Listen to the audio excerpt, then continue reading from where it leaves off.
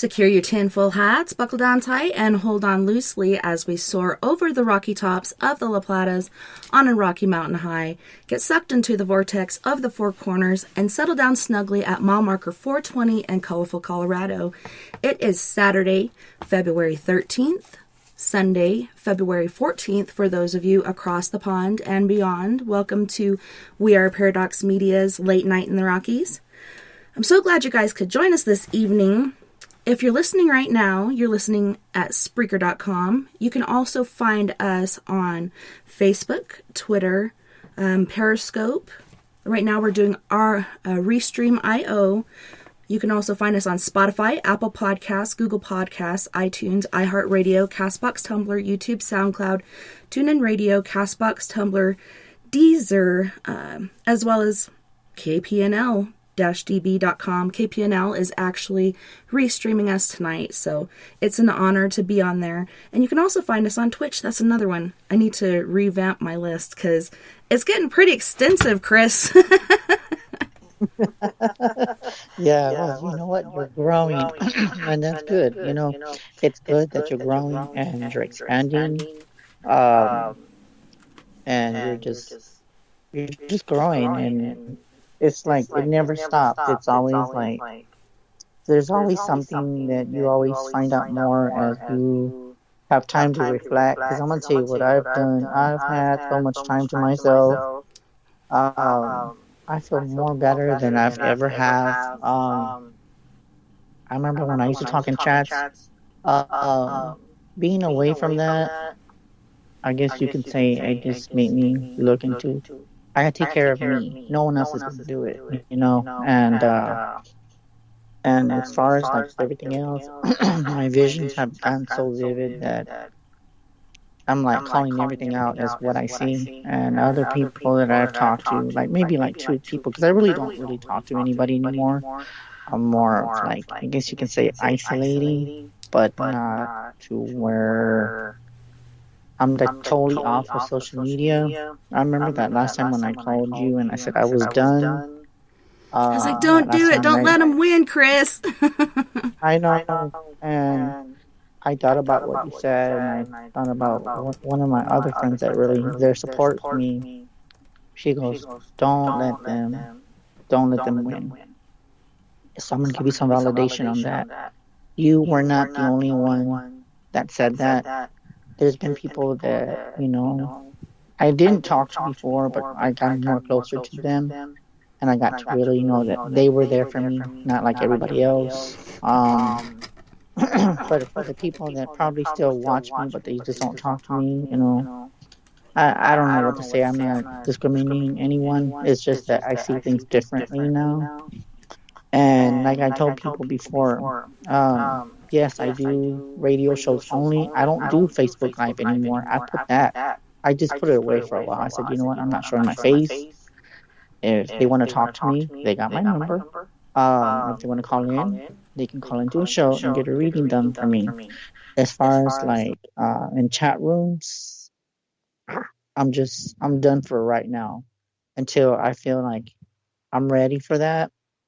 I think that got me into a whole bunch of other mess that other people accused me of whatever. Um, but now it's like I'm just taking care of me, and that's important, And like what River said, that last caller a long time ago, it really had like an eyedropper to me because I see things differently. It's weird. My state of mind is like, okay, I'm not giving up. And then my mom even told me, my mom knows what's going on, but she's not saying anything. And my mom has always said, don't let them take your joy. If this is what you love, don't let them get the benefit of the doubt and on the other end that they're laughing and say, ha ha ha, we got the best of Chris. Well, you got some crazy ass shit if you got the best of me, because it did not work and it's not gonna work. And I guess you could say with the readings that I've done offline test, it's brought the better in me. It's brought the more positive in me, and it's very uplifting. But it's just I don't know. It's just I have this different mentality now, and now I can actually sleep. Believe that? I sleep better than ever. The only thing that's crazy now is the very vivid visions that I'm getting.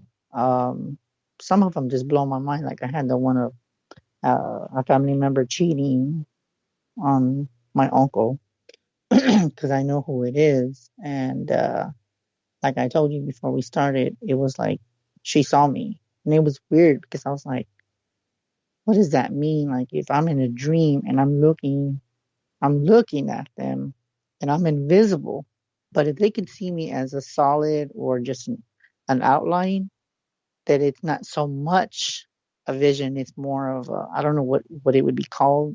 That would Like be an out something of totally body different because experience, or yes, or like she saw me and she was like, "Oh shit, I'm busted." But yeah, I had that like yesterday, and I woke up with a smile and I said, "You got to be kidding me!" And I can't give validation to somebody else that told me this. There was one family member that told me that she had suspicions of certain things. Um, and yeah, it's kind of like, I'm not going to say it on air, but there's someone that had told me that they felt something, and it was shown last night. So, but yeah, it's just crazy. And as you could see, I've been doing air different shows, and then the stuff I've been picking up from people is crazy. Like I just did this reading on this other show that I picked up that she had a past life regression thing, and I told her exactly what she was doing, and I had her in her tears, like she's like, "Oh my God." And everybody that has talked to me, they say, "You know what? You're more comfortable. You seem more calm, well, you're confident, but you're confident, but not. You're still there. It's just that there's something different about you." And I tell them, I said, "You know what? I'm not gonna let it get the best of me. I'm just gonna be me. At the end of the day, it's just Chris." But when it comes to readings and the psychic work I do, I'm not gonna let them take the joy. They can laugh all their ass off all they want, but I'm still here and I'm not going anywhere. So that's enough said. well, we are on a bunch of different platforms, so I am going to go ahead and read your bio for people that don't know you or have never heard you before. And we actually have a call coming in right now, waiting for it to pop up. Come on, you can do it. I just got a new phone and I intentionally made it to where I don't have my Skype and stuff on there at the moment, so it won't this broadcast thing we're doing. But let's see. Looks like she or he, whoever was on there with us. Hold on one second. So I'm going to go ahead and read this really quick, and then we'll continue on with the reading. But Chris Garcia is a psychic medium empath, clairvoyant, clairsentient, clairaudient, who also has the ability to see auras and has experience with remote viewing. He has had these God-given gifts since the young age of 5. Chris loves helping people and sensitive children with their gifts as well. He is a tarot card reader and ghost hunting and paranormal enthusiast, and he's also a shaman healer and very into his native roots. Now let's see who we have here. All right, we got area code 310. Who are we speaking to?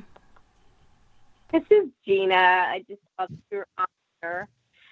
Finally, hello, Chris. How are you? I'm fine. I'm in more high spirits than you can imagine. If you've been watching me, you can tell my energy is it's different. I mean, it's still there. It's just the energy is high frequency, and I'm just not letting people get the best of me. That's the only thing that's different. So yeah. So I don't know what you see, but anyway. So how can I help you tonight? Well, you're so positive and everything, and your predictions are so on tap that it looks like the karma when it comes to the city of what we were talking about a little while ago it's really raising its ugly head because vigilantes are attacking animals out here. And basically, animal control is just letting them do what they want to do, and we're not going to stand for it. And there's a lot of people that are in charge of it. There's a lot of people going crazy over it, and hopefully they'll come to a stop finally.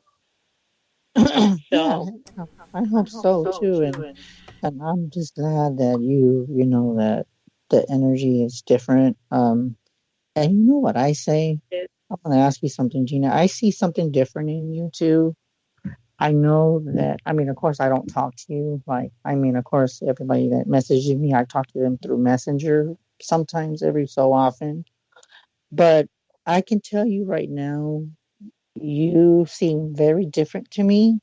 Your voice sounds very calming. Yes, you might have a little bit of chaos here and there, but you're not the same Gina that I talked to 3 months ago. I'm going to tell you that right now. You're in. You don't feel the same. And you know what's crazy? I was telling the people on another network that I was on the pair, which y'all know what that pair show, but I'm not going to say it on the air. But the thing is that the energy, it's different. The frequency is so high that there's more clarity. Um, there's messages that are coming in and out. It's like the veil, it's even thinner than, I mean, I've always said the veil's thin, but I mean, the best way I can explain it is it just feels like the antennas are very high right now. Like your antennas, the people that are very gifted know what I'm talking about. But honestly, you don't sound the same, and I'm happy for you. Yes, and there might be some things that you still have that you hold on to, but I'm being told for you to let go of that and just let the karma take its course and just be Gina. And that's the message that I got for you tonight. And I just want you to know that I am very proud of you. Just the fact that you sound different, that only tells me that I mean, we're not on the same journey, but you're on the same frequency. So that already tells me that other people are getting the same feeling that I'm getting. That I can't describe it. It's just something that's beyond this realm. That's the best way to explain it. Um, but I do feel a big different Gina on the air, and I just want you to know that. Well, thank you very much. I feel a big difference with you. I love this energy I'm getting. It's wonderful, Chris. I just feel this real positive. I feel like I'm seeing pastel blues, and I'm seeing like all these beautiful type of like hot pinks, fuchsias. I'm seeing this beautiful stuff coming, this positive air like clouds. I don't know what it is, but it's nice. It's wonderful, and I'm still. You're not letting these dum-dums bug you anymore. Well, that actually, I think it took for me not to be in the chat rooms to see that. And I remember somebody had told me, but we talked, but I remember I kept hearing this and I keep hearing it over and over. Um, like, how can I put it? You have to remember where you started. And that's something that I've always thought about, because I've had other people that I don't talk to, but I think about those things and I look at that message as different now. I don't see it as the way it was before. I see it as, okay, you know what? I'm going to take back my power and I'm going to start where I started. And in order for me to start where I started, I got to heal myself. If I don't heal myself, I'm worthless to everybody else. I'm worthless. That's right. And I see it as like, I can say that I sleep a lot better. It's crazy. I can't even tell you how much more rest I get. Before I was always very tense. There was a lot of tension in me. I was irritated. I was annoyed. You name it. You could tell that it was different, something different, like something was around me. I'm not that same person anymore. I'm more like peace loving, and it's just different. I can't explain it. So, but anyway, is there anything that you want me to help you with, or is there anything at all that you want to know? Well, I'm sure he hears me, but yesterday was my dog Buster's birthday, and we know that he's crossed, and he's coming back and watching out and doing what dogs do. I was wondering if you hear me, just wish him happy birthday for me.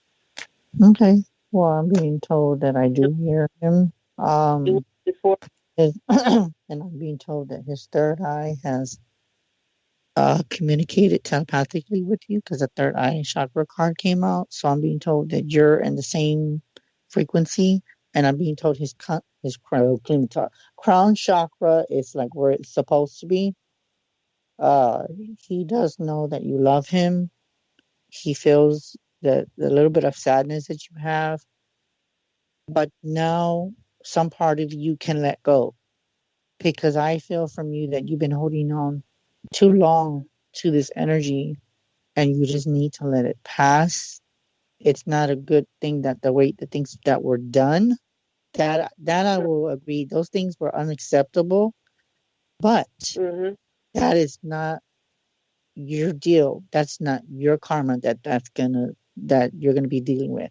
It's gonna be them.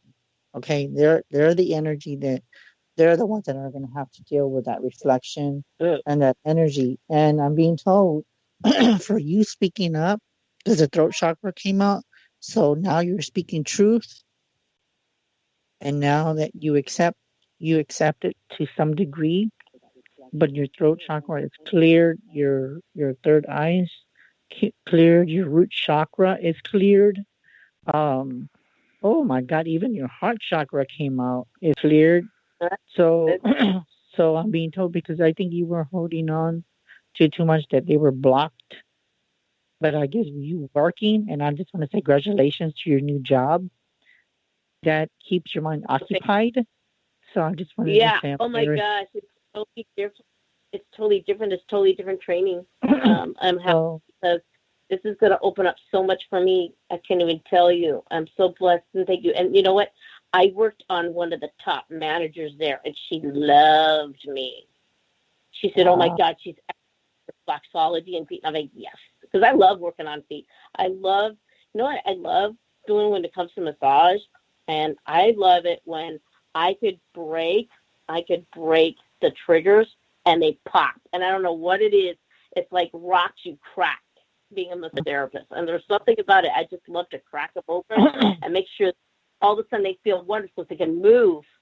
And they're like, oh my God. And then they thank me. And I'm like, I know it is with the Holy Spirit, because that's God working through me. I see Amen. Working through me and saying, Tina, you got this, and you got us to back you up so you can heal these people and make it a better life for them. And that just feels so amazing to me. I can't even tell you. I love helping people. I just love it. And I'm glad for you, because I see a big difference in you, and you sound more like at peace. And I'm being told that he is accepting what you said, that happy birthday. And I'm being told what the positive movement forward card is telling me to just keep moving forward. Don't let anything discourage you. Just keep going straight, because you're going to achieve everything you wanted and everything that you've ever wanted and dreamed of. So I'm being told that your aura has changed. Like, you know how you said you saw pink and all these colors around me? To me, I think you're like Skittles right now. Your energy is like Skittles. You're all these different colors, and the energy is very high. The vibration is very high. So I just wanted to tell you that you're on the right path, and I just wanted to say very proud of you, and just want to say congratulations. Thank you. Back at you. We're all in this together, We sure are. Wonderful. We sure are. And it's a good feeling when you're when you know that you're on the back, on a different path. I mean, like, Tessa has been there for me too, and she saw a lot of the things that I went through. I don't know what you see around me, Tessa. The energy feels different. But it just, I don't know. I'm like speechless right now. The energy is just it's like a rainbow of energy, and it feels different. The frequency is different, even though there's a Mercury retrograde. But you know what? I don't let that get the best of me, and I'm gonna tell everybody else, don't let it get the best of you, because you can push it away. It's all the intent and all that manifestation that you put into your aura and everything that you put. So if you say you want it, claim it like you can taste it like it's yours. So that's all I got to say. So. Oh, that just made me think of cotton candy. Right? Well, I'm so glad you called, Gina, and I'd like to talk longer, but we do have other calls on. That's fine. That's fine. And then, Chris, let me know what Max says, too, because I know he's hanging around here. So, and I'll talk to you guys later, and I'll be listening. Thank you. Thank you for calling, Gina, for that positive energy. I love it. Thanks, Gina. Thank you. Bye. Love and light. Bye. Yeah, I love the energy. I love it. Yeah, and it is amazing, like, once you distance yourself from negativity and negative people and negative things. Like you said, you took a break from Facebook and social media and other things like that, and it was really deep in as far as negativity and such for the longest time. It's starting to peak back up again and get a little better, but man, that was insane. Yeah, and you know what? It is insane too, because the energy test, it was like so downfall that I don't feel that it was just me. I think it was others. And and I just still feel like that a lot of people have conflict with each other. And you know what I say? And I'm going to say it too, because I do feel that that I was a part of that. That if they have a bad day or they just have anger issues, then you're the victim. And they don't think twice that you're their friend and you're there for them. They just see you as a punching bag. And to be honest with you, that does not make it right. If you have to go outside and scream, do it. But don't be punching people as a victim just to get the benefit of your doubt. So you could feel good about yourself, and that person that you pick on is the victim. That's unacceptable. I just will leave it with that. Yeah, it really, comes back to bite you in the ass, because you do end up feeling shitty in the end. But our next caller is area code 970. Who are we talking to? Me, Adrian? Hello? Hello? Hey. Hello? Who are we talking to? This is Adrian. Tess. Hey, Adrian. Oh, I didn't. I was like, it's somebody that you know. It's somebody that you know, Tess. I didn't know who it was because he said. I was like, who? Yeah, I love it when my friends call in. Also, I had issues with my bank, so some lady from my bank might be calling too. That'd be awesome. I hope she does. How goes it? It's going okay. Tough. So how can I help Tough you? weather. So how can I help you? Do you have any questions, or you just want to see what comes out for you? I just see what comes out, man, and I don't know what. Okay, well, right now, okay, well, I'm going to tell you right now. I see the conflict and defeat card. I do see that you're going to defeat your obstacles and challenges, because you're going through a lot. Because I'm seeing the defeat and conflict card is the fifth card, and I see obstacles and challenges, and it's the fifth card. So if you add that together, which I'm doing a little numerology, I see a 10. So I'm seeing new changes and new opportunities coming. All that stuff that you put out, the universe is reflecting it out and opening new doors, because the universe card just came out and it's telling me that you have so many opportunities, and you have to sacrifice a lot of stuff that you did not want to do, or you just said, no, I don't think I should do this. But now you're just like, I'm stepping back and I got to do what I got to do. So you have to sacrifice a lot of things that you didn't want to do, but the energy feels different.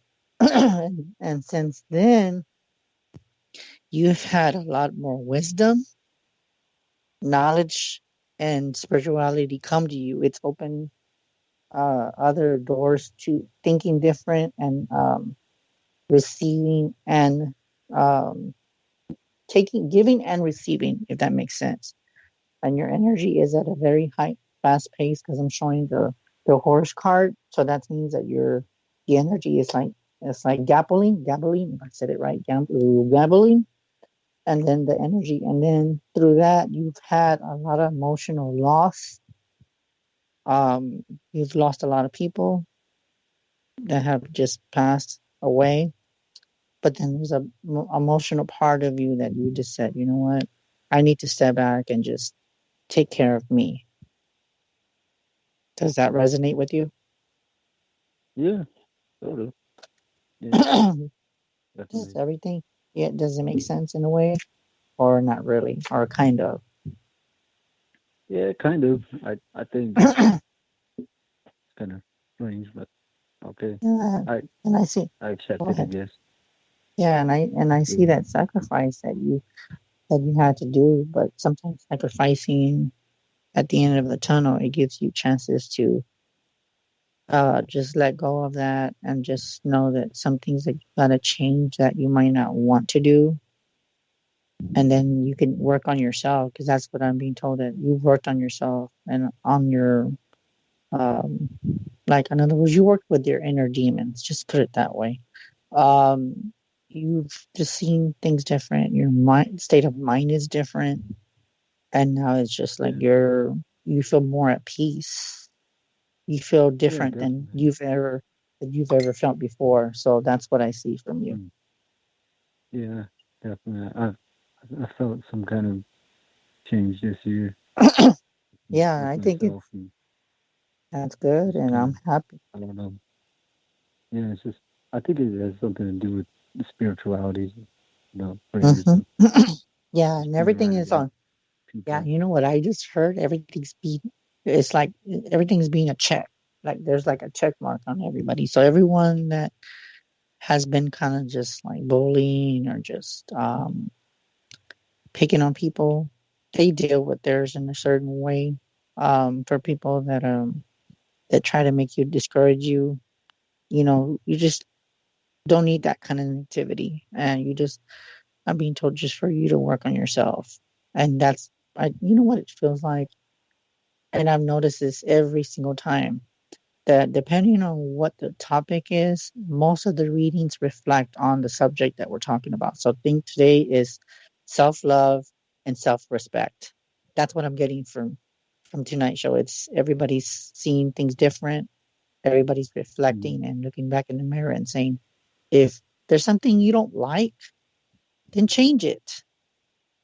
Change it. Yeah, definitely. Definitely. I think there's things about yourself, Yeah.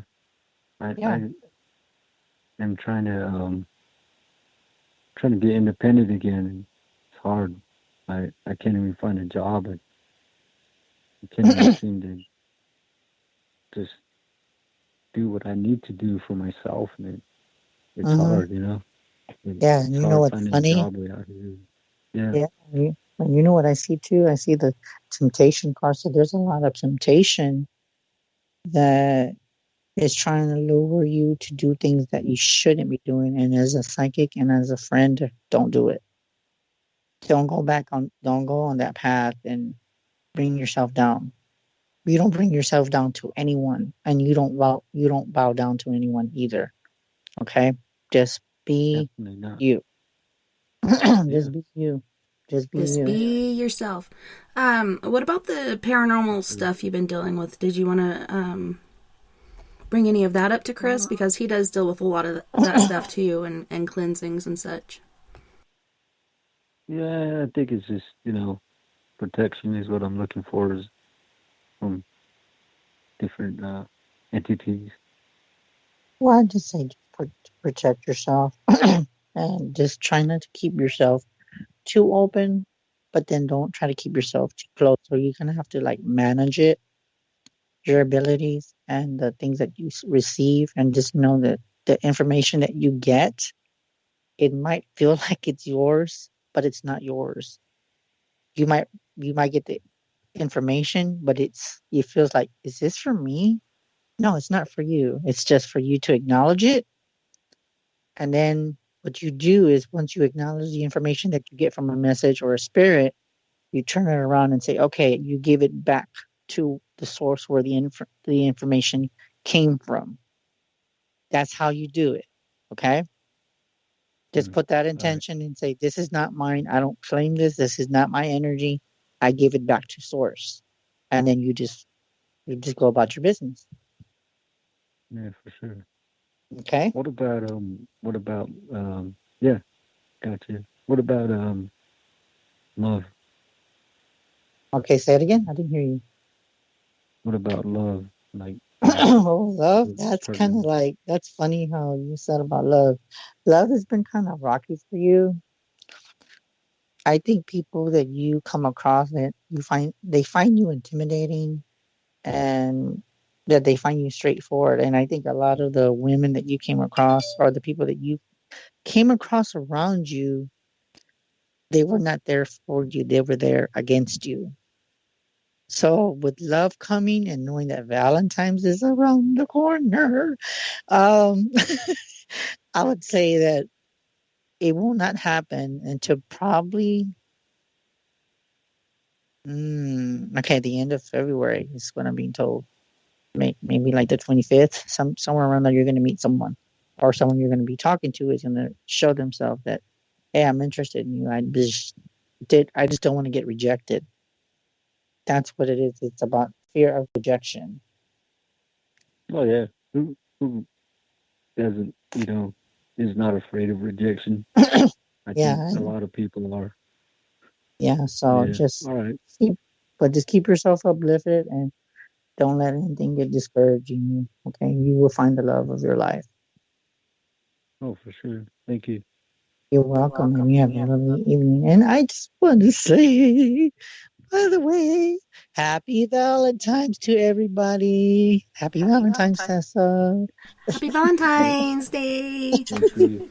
There's some of us in the chat room that are having their Valentine's Day right now.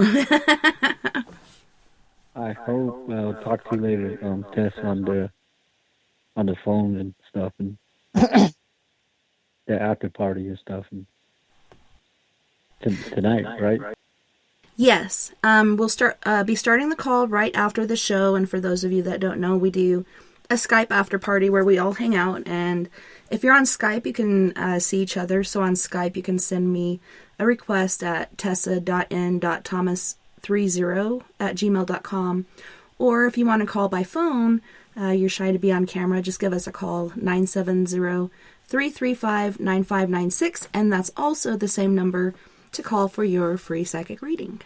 But yeah, we'll definitely get you in there, Adrian. It should notify you as soon as the call starts, but if you're not in there, then I'll just try to re-add you. All right, for sure. Thank you, Chris. You're welcome, and it was nice meeting you. Yeah. Take care. Nighty-night. Love and light, Adrian. Love and light, too. All right, so our next caller is area code 425. Who are we talking to? Robin. Hi, Sir Robin. What's up, dude? Happy Valentine's. Thanks. So, what's up? How can I help you tonight? When I was a teenager, I was diagnosed with bipolar. Mm-hmm. I just wanted to know if I actually do have bipolar. Honestly, even though I don't know you that well, I don't really know you're on my Facebook, I personally don't see that you have bipolar. The only thing is that maybe you overreact to some things, but I don't feel that you are bipolar. It's just that maybe you have ways to control your anger. I personally don't see it. And I'm not just saying that because you're my friend. I'm just being realistic. I really don't see it. I see it as a loving person. I see that you're aware of things. And I do feel that if you get angry, you have to have a reason to be angry, because the people that really, I guess, irritate you is the ones that piss you off. So they're going to probably tell you that you're bipolar, but really, I don't see it. It's just that you're sticking up for yourself. And personally, I don't see anything wrong with sticking up for yourself. Now, if they say that you're sticking up for yourself and they call you bipolar, then it's not you that has a problem. It's them. So I don't see anything wrong with sticking up for yourself. So if somebody tells you you're bipolar, no, I don't see it. And if you do have it, you probably have maybe not even like 2 or 3% of it.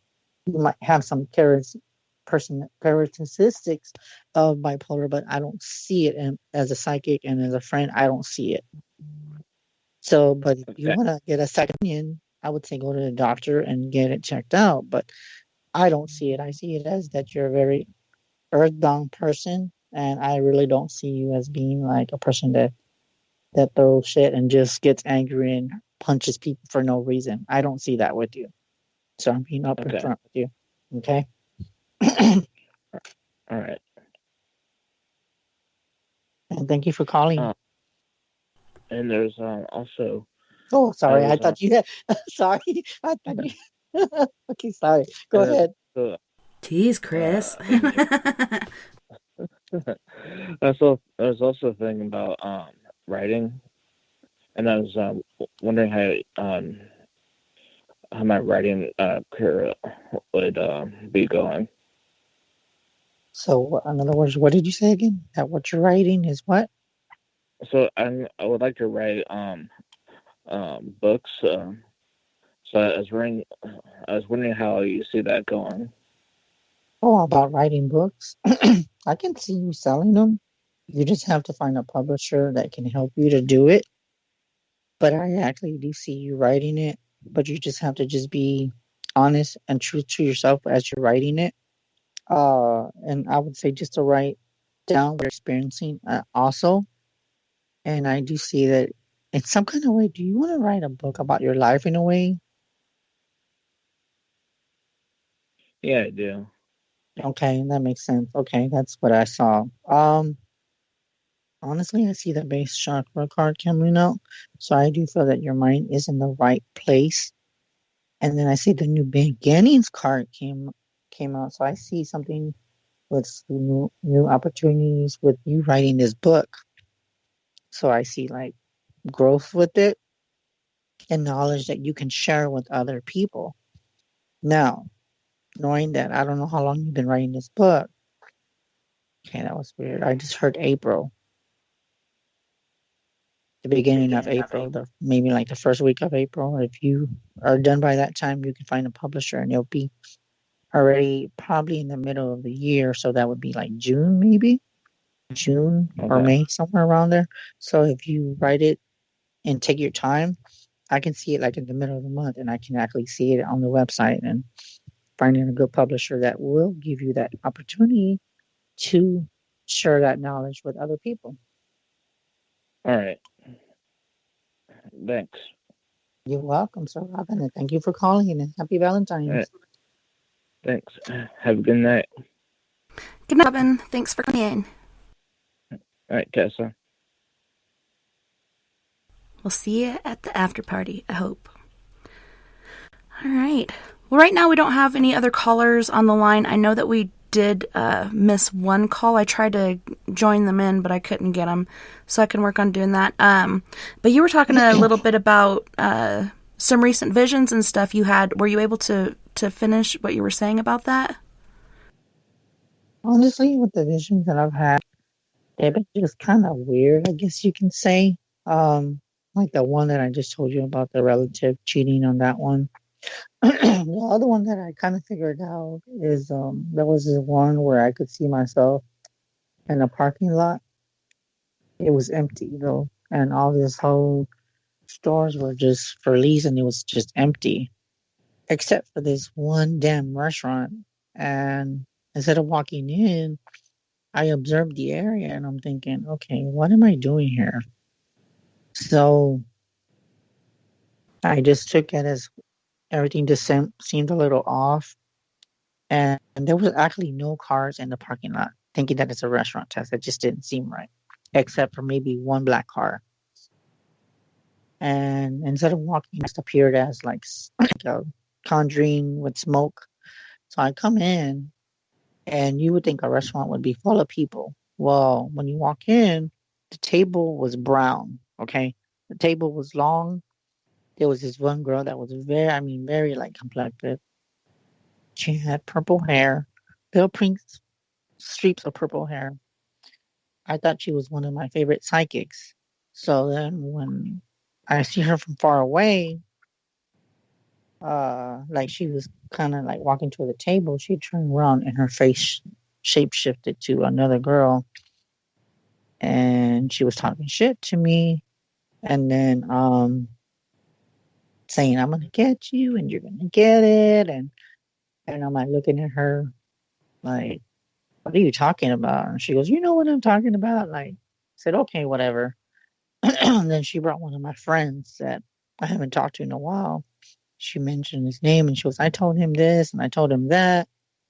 And I said, "Why did you even mention his name?" But I'm not gonna say his name. But anyway, she mentioned his name and saying that she was gonna do something to him and tell him this and this and that.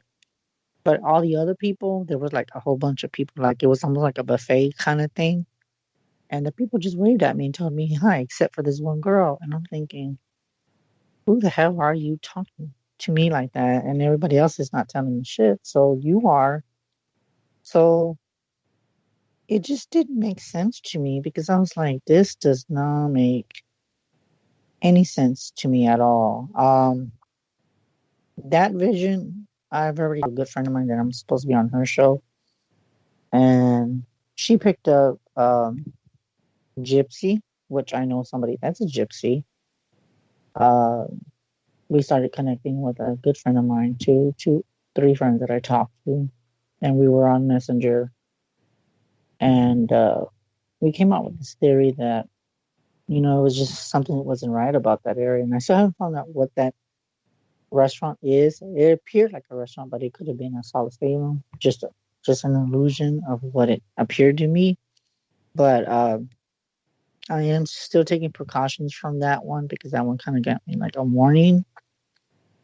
And the other visions I've had just been just kind of just weird and kind of just strange, very strange if you ask me. So, but other than that, it's been just crazy. I just don't even know. Okay, we did have, I don't know if she has a question in the chat, but my friend Tasha said, "What do you see me ending up with Charles? She's younger than me, or Sean, the old school friend." Okay, Tasha, I haven't talked to you in a long time, so this is different. Because I know she typed that in Messenger, so I guess she doesn't want to call. I don't know. But she said that she was listening. With that, I see like partnership. One is that one is good for you, and the other is not, because he hasn't matured yet. So it's kind of like you got to choose the one that is better for you. The one that you said that seems younger than you, he's kind of like just being a player and playing the field. So I would say just be careful with that. You can still talk to him and just give it a shot, but just don't open your heart and expect too much or have high expectations. So just be careful and just keep an open mind, and hopefully everything will get better.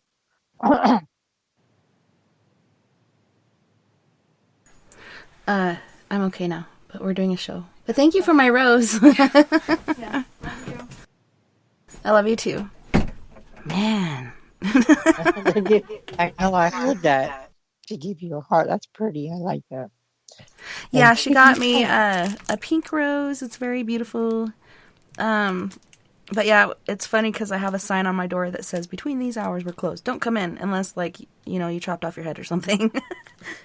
And they still come in. Oh my God. I mean, of course she's not bothering you, so she's just showing you love. And speaking of that, Tess, what are you going to do for Valentine's? Knowing due to COVID, are y'all just going to make something at home? Are y'all going to go out to eat, or what are you planning to do for Valentine's? Well, I started marinating some steaks today, and I got some butterfly shrimp and some like smaller shrimp for the kids and stuff like that. But I don't know if I'll be able to cook it because I think Vern wants to go out and eat somewhere. So I don't know. Maybe we'll have that for lunch and then have a good dinner. That's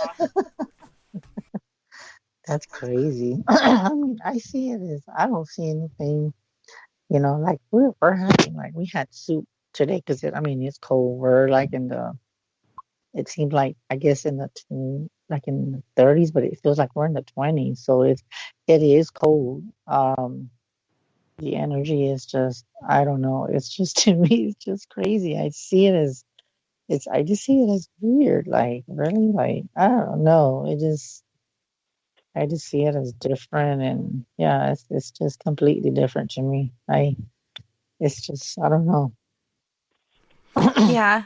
We actually got a caller from area code 270, and she's probably like, "Why did you call me?" Because I was trying to add 510 to my contacts, and it's just not working. So we have area code 270. Who are we talking to? Vicki Norris. Hi, Vicky. Hi, Chris. Hey, what's up, girl? Thank you for calling. So how can I help you today? Well, I was just wondering what you see around me. Anything? We did talk on the other show, we did, right? Correct? We did. We did last week. Okay. I don't know what I told you because I don't remember. Okay, so just remember that. First of all, I see the power card, and I think I already told you this. You do have the abilities, but you just have to just balance them. I can't even talk. Balance them out. I do see okay, that's weird. I see Gemini energy. It's like kind of like in the middle. So you have like two. It's like two personalities in one. So when you get one thing, you get the other. So it's like you finish other people's sentences so you can read people's mind. And that's what I'm seeing. Ooh, this is different from the last reading. The Destiny card came out. I was told to tell you that your destiny awaits you. And the Destiny card is a number 10 card. So there is a destiny that you need to perceive and start looking at what it is. And then when you get that destiny, once you know what it is, I see prosperity and money coming for you when you do this. So you just kind of just know what your destiny is. I kind of feel like you have an idea. I think you have an idea of what it is. You just got to just believe. And then you got to stand your ground. You got to stick up for what you believe in and just be very grounded when you do this. And I don't know, and personally, I don't even know what you do, but are you like a paranormal investigator? I'm a paranormal investigator. Yes, I am. Okay, and you didn't, and I didn't know anything about that. Okay, so now, okay, the first thing I was going to tell you too is, okay, that was weird. They're telling me for you to rest and regenerate. So when you feel like exhausted, feel so damn drained, you need to have time and just rest and go into like a park and like meditate, and you will feel the energy of the air element and spirit around you when you do this. And I'm being told you have the light card came out. So when you have a lot of light, there will be some dark energies, but just reflect them out and keep yourself positive. So just remember that if there's a lot of light, there's going to be some dark roaming around. But don't let it get the best of you because you do have the crown chakra. Right now, I kind of see pink with a very strong purple around you. So you're very firm right now, very grounded. And I see like indigo energy around you. So you're picking up a lot of psychic impressions, thoughts. Your mind is going 100 miles an hour is what I got. I don't know if that makes any sense, but that's what I was told to tell you. And your energy is just very high right now. And from the last show that I gave you, that reading, does the energy feel to you like it's going like at a very fast pace and it doesn't stop? Right. Does it go like it does. You know what? You know what I mean, right? Like it's just like you just see all this stuff and just like it never stops. Yes, I know, 100%. I have high energy, and I have it around me because I both have ADHD, so there's no slowing down in my house, inside or outside. Oh, okay. Okay. Okay, that makes sense. Well, then you know what? Even though I didn't know that you had a child, but that makes perfect sense because when you're tapping into his energy, I'm being told that he might be diagnosed with ADHD, but I'm being told that I don't know if this was you did it, but I was told that somebody had him on medication or they diagnosed him with something. But I was told to tell you, hold on, that he is psychic and very empathic. I want to say he's like a medium. Okay. Yes. And I do see that he's very gifted and it runs in the family. Okay. That is what I think. I have abilities myself, and my youngest one, he has been sensitive and he has seen things since ever since a baby, but he wasn't vocal with it until about 2.5. Oh, wow. Wow. Yeah. So he's very open to it. So, and it's weird because I do see it running in family. And for some reason, even though I don't know what your son looks like, but in one time, he was your twin brother, your son. Oh, wow. Oh, my God. Okay. All right. So this son that we're talking about that is sensitive, that's what I've always called him, highly sensitive, because he picks up so much. Mm-hmm. I had a brother who died at 17 years old, and he reminds me so much of him. It's unreal. There's times when I look at him that I can see my brother through him. And me and my brother we didn't look anything alike. So, but it's sometimes it's kind of like very uncanny, scary, but not scary. Yes, yeah. And you just took the words out of my mouth. Very uncanny because when you see that, it kind of like when you look at him, even though you didn't look like each other, did he kind of like give you chills even though he's your son in this life? Do you get chills? Because I'm seeing chills. As I'm reading you, I'm getting like chills. I'm like looking at my arm, and as I'm reading you, I can see you like in my mind. You're like, as I'm on the phone with you, you're looking at your arms and you're like, damn it, Chris, you did it again. like, it's I don't know, but it's just. There's times. Go ahead. Go ahead. Sorry, you go ahead. No, I was just saying, there's times where he kind of takes my breath away, and I'm just like, it kind of takes me back. It takes me back to that moment, and I'm just like, it's like he's my son, but it's also my brother in the same room, and he's been gone right around 30 years. So, I mean, sometimes it really takes my breath away. Wow. Yeah. That just validates, and that's good that you validated that because that is reincarnation at its best. Mm-hmm. The only thing is that he's got, and just know that he's never left your side. He's right around you. It's just in a different form. Okay. Okay. And so with that being said, can I ask you another question? Go ahead. I don't know. Do we have any other callers, Tess? Because I don't know. I don't want to keep. I believe we do, but we are about to go to break. But go ahead and ask another one real quick.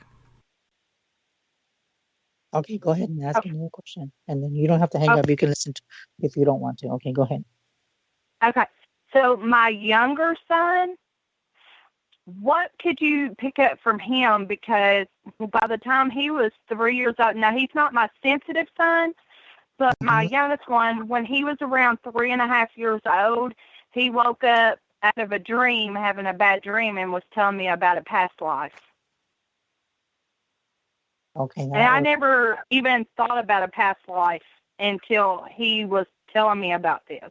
Okay, how old is he now? You don't mind me asking. Now he's 5. He'll be 6 in April. Okay, that's weird because I was told that. Okay, that was weird. I heard Vietnam. He was in Vietnam. Wow. He's a soldier. Okay, a soldier. I got. And does he have like? Okay, that was weird. I'm getting actually pain now. Does he have like pain on his arm or like by his ribs? No, nothing I know of. Because I'm seeing that it's not like a pain that comes and goes, but it's kind of like a pain like a little a mole of membrane of gunshot.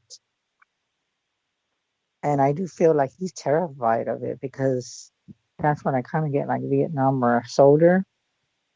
Mm-hmm. And then I also get another lifetime. And even though I know he's a little bit younger, young still, but maybe we can keep in touch and we can see how when he grows up we can keep in touch. Because I'm also told to tell you that in one lifetime, he's going to tell you that one time, I don't know why, but I'm being told he's going to say that I had another mommy, is what I was told. So in one lifetime. He has told me that. Okay, so that confirms that. Okay, so if he ever says that you're not my mommy, that's not, he's just telling you that because that was his past. Yeah, he told me that when right around 4 years old. But now he doesn't have a pain on his ribs or his right side, but he does have a thumbprint birthmark right above his belly button. Okay, that makes sense. So then I actually was a little off on the area. So that was probably our area where he got either shot or something that happened to him. And it was weird. So I heard the word soldier and I'm like, really? Because that is okay, that would probably be, hold on. Okay, I just heard 1700s. Okay. 1700s. Okay, 1700s. So you might want to look in the 1700s because when he's a little bit older, when he starts looking on the internet, he's going to say, that's me. Like I can see him in the picture. Like he's going to see himself in the picture. So just keep that in mind and we will definitely keep in touch because that's amazing. I love it. Wow. Okay. Thank you. Thank you, guys. You're welcome. It was so to hear your voice. It was very good. It was very nice to meet you and hear y'all's voice as well. And if you have a lovely evening and a very happy Valentine's Day. Happy Valentine's Day. Happy Valentine's Day. And if you want to stay and listen to the show, you can. That was cool. I was going to ask you, Tess.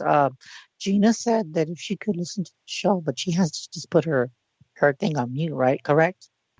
Yes, if you do call in and you decide to stay on the line, just make sure you mute. And at any time where we're discussing things and we don't have a caller online, feel free to even jump in during that. But while we are doing readings, just make sure that you do mute because it's the polite thing to do.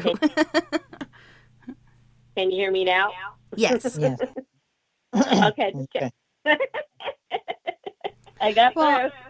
Awesome. Well, on that note, you guys, we are going to go to our first musical break. On this break, we have Miss Michaela Hay, and she is amazing. She was 18, so possibly 19 now.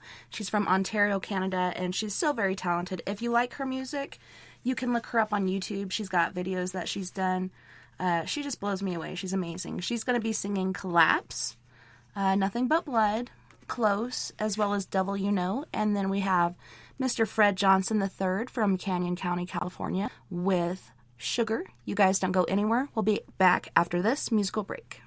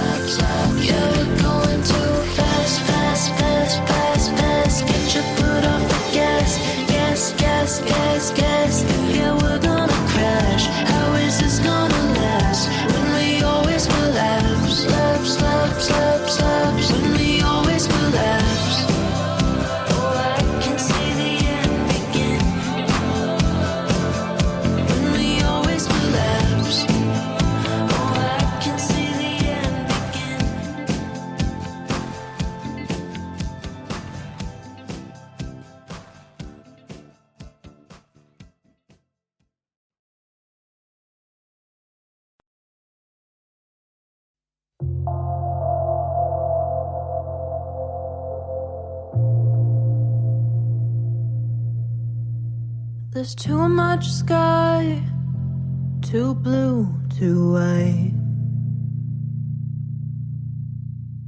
The birds on the wire are singing, but I don't know why.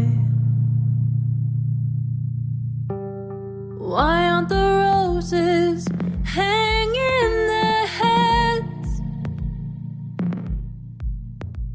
They're standing straight up, blooming instead.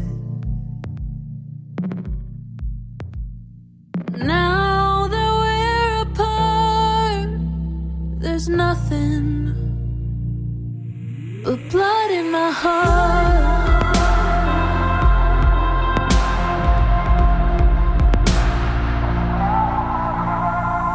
Why does that guy have a smile on his face? Why is the sun even shining today?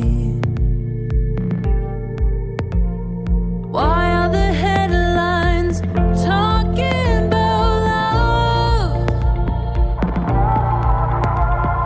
Don't they all know what happened to us?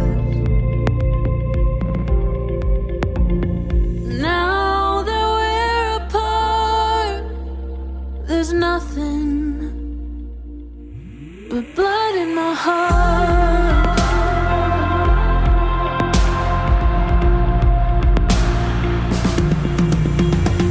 The moon goes up, the sun goes down, the stars light up, the world goes round. Every day, life moves on, it don't stop for anyone. The moon goes up, the sun goes down, the stars light up, the world goes round. Every day, life moves on, it don't stop for anyone.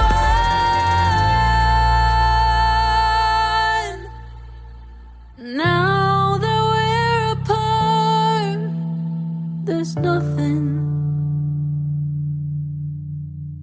Now that we're apart, there's nothing but blood in my heart. Ooh, blood in my heart. Ooh, blood in my heart.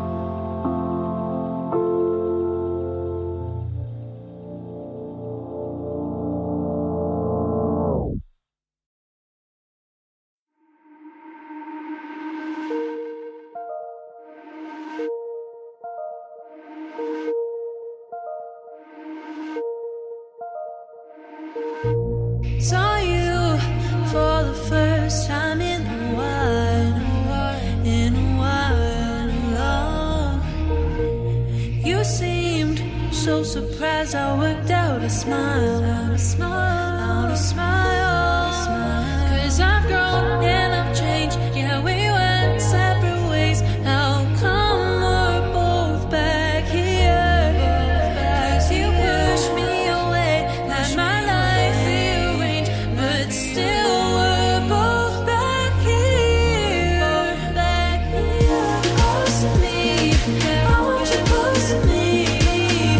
I can see that you wanted me. Follow me.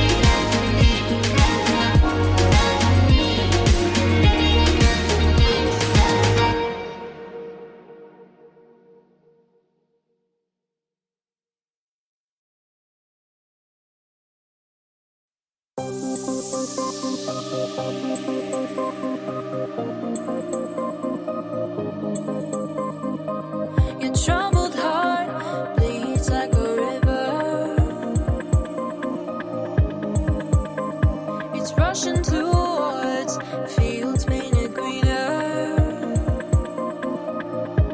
It doesn't see the demons behind, praying you're getting close to the line, so they can get their hands on love and trade it off for silver. The curtain's nice, but what it hides is worse than sticks and stones. Before you climb the fence tonight, look through the microscope. Better the devil you know. Better the devil you know. Better the devil you know. Better the devil you know. Your nervous spine is crawling with shivers. You're standing right in the eye of a blizzard. You're inches from a shelter, so near to warmth of a home in a chandelier, shining down its light on love, wishing you'd be closer. The curtain's nice, but what it hides is worse than sticks and stones. Before you climb the fence tonight, look through the microscope. Better the devil you know. Better the devil you know. Better the devil you know. Better the devil you know.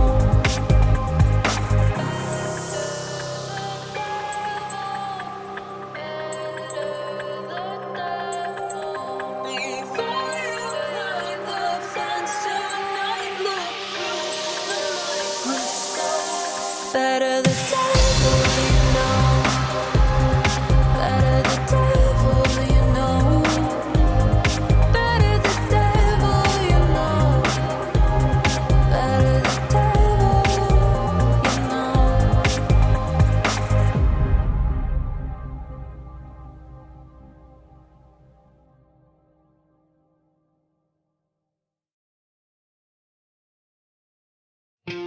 Waiting here on this cold, lonely night without you. The tension's overbearing. Wondering, are you coming back home again? To inspire fondness with love. Where did our love go wrong?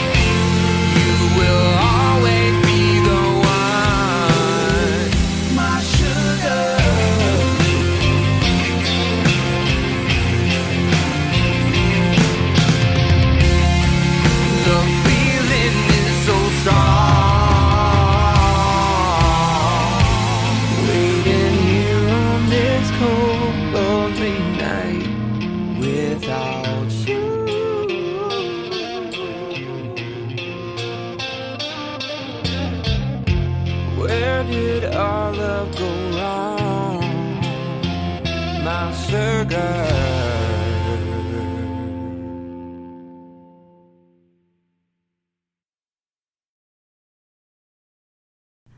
Welcome back, and thanks so much for joining us tonight on We Are Paradox Media's Late Night in the Rockies. Tonight we have Psychic Chris Garcia, and he is giving free readings. Hold on one second, let me...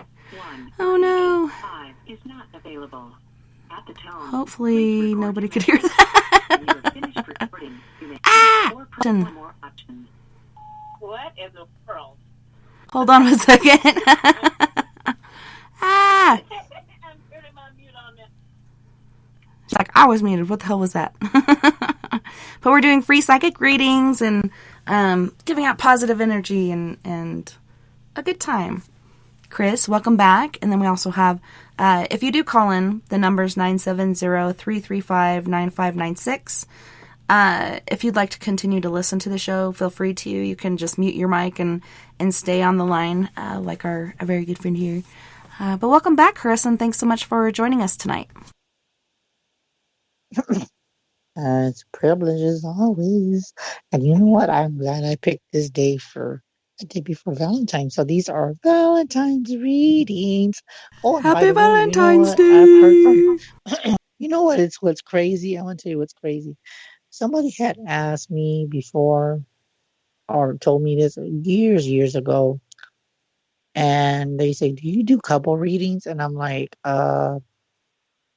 yeah, but a lot of other psychics don't like to do couple readings because if you pick up on something, it causes problems. But I mean, there's just some psychics that don't do couple readings or or stuff like that.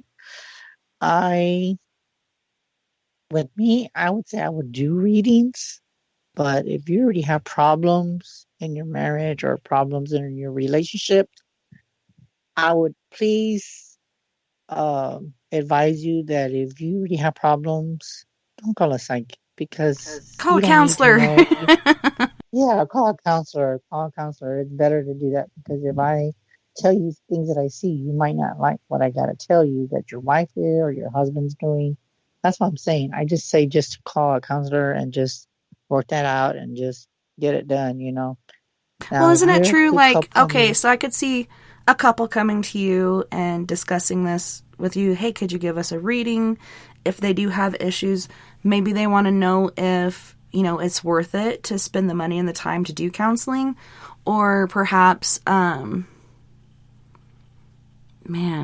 if they did start counseling already and they're making moves to improve things or advance in this relationship, do you think that they're taking that step in that direction? So that's when it's best to go see a psychic instead of doing it before you've even made any steps.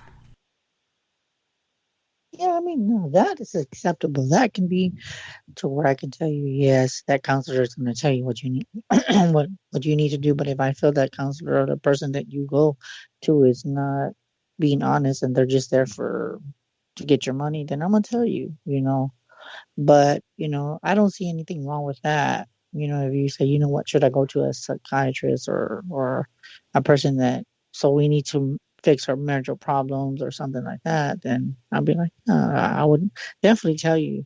Now, if you're wanting to find out is my husband cheating on me and you want to put that on air?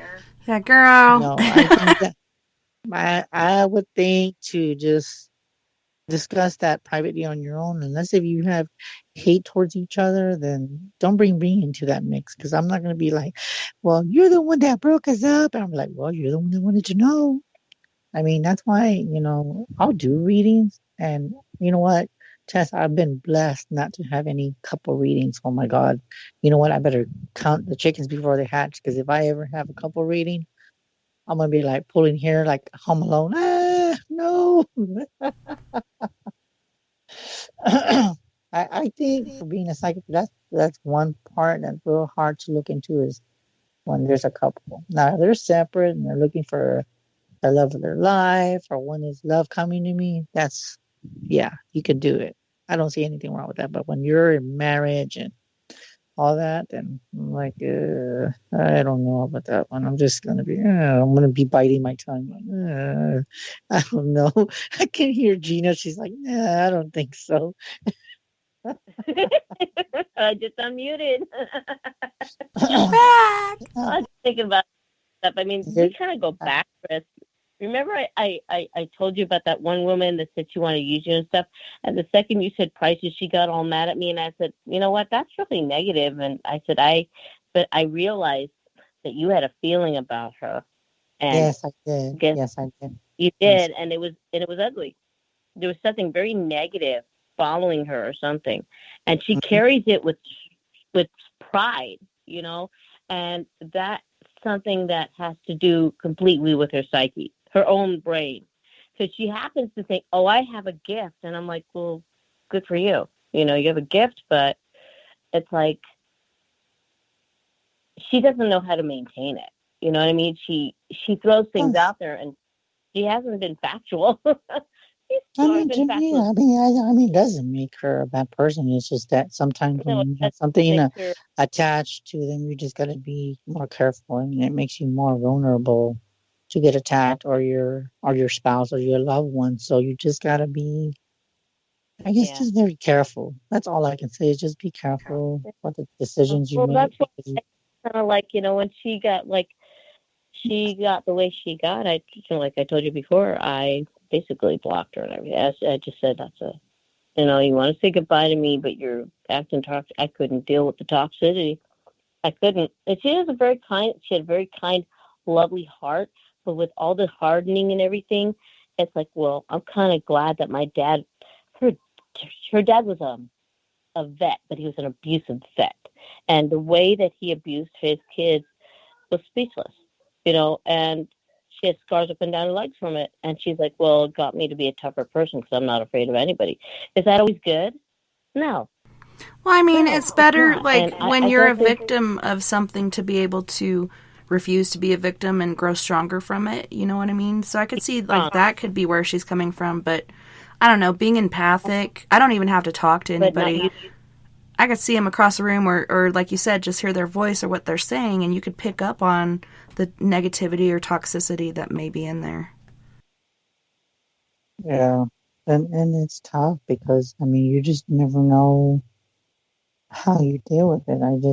I don't know. I just think it's just you just got to be careful with the decisions you make. And if you want to be a person that's going to protect your family, then I would say just look out for your family. And there's no discriminating on that. Just, you know, if you know there's something that's around you or attached to you, and you know that it's there and you're not doing something about it, that's on you. You know, that's your own problem. But if you choose to say, you know what, I admit that I got something attached to me and I'm not proud of it, and you do something about it and go to maybe a person that knows something to do, how to get rid of it, then you're actually coming forward and say, you know what, I need help. And that's the thing. Having ego and just having so much pride can get you killed. I'm sorry to say that, but that is a true fact. It can kill you having too much pride. And to me, it's never done. It's sad that some people can just be that way. To me, I don't know. If I know that I have a problem and I can admit that, then I say, you know what, maybe I need to get a little bit of help. But if I feel there's not going to benefit, that I'm going to benefit from going to that counselor or whatever, then I got to resolve the issue some way or work on something that, you know, you got to admit that you're wrong, you know. But it's hard, you know, when some people just have that too much of a pride that it can hurt you. Admit that you're wrong or admit you have an issue. That's the first step, and then you carry on from there. Yeah, and it's tough. That's all I can say. And all I'm going to say is, again, happy Thanksgiving. I mean, Thanksgiving. What the hell am I thinking? It's my birthday again. I want turkey. I want turkey. Happy Valentine's. Sorry. I must be wanting turkey. It's turkey time, baby. Turkey. Okay. I know, right? Turkey for Valentine's? That's a Valentine's gourmet meal with turkey in it. I know, right? It's unheard of. You heard it here first, folks. You can eat it. You can eat turkey, and then you can eat your candy later. There's nothing wrong with that. Have you soifen tuif later? Have turkey first. Take a nap. I surprised. Oh my God. That was funny. Happy Thanksgiving. I don't know why I said that. You're going to be thinking people are like, what's wrong with this guy? I must be hungry or something. Chris, we just had break. Didn't you eat something? It's just probably a turkey running around with Thanksgiving with the, Valentine balloons and just throwing, giving them to people and then popping them at the same time. I don't know. With its little bow and arrow, being like Cupid, the Cupid turkey. Yeah, there you go. But you do with balloons. That is so crazy. Sorry, guys. I didn't mean to say happy Thanksgiving. Yeah. I meant to say Sandra said Valentine's vortex. So, before we came back from break, Chris, we were talking about 2021 and all the craziness, all the readings you've done, all the weirdness that's been going on in these different areas, and you were kind of hitting on some things, and we had to go right back to break. Do you remember what we were talking about? Well, I would say that 2012, it's like when you say numbers around, 2021. And to me, I don't know if anybody else would think of something like that except for me. But to me, it's just very symbolic that the numbers are in the same, but just flip them around. I think to me, knowing that I brought that up, I do feel that spirit is talking through me somehow when I brought that up. I feel that the frequency is higher. That I can't admit. That is very, very high.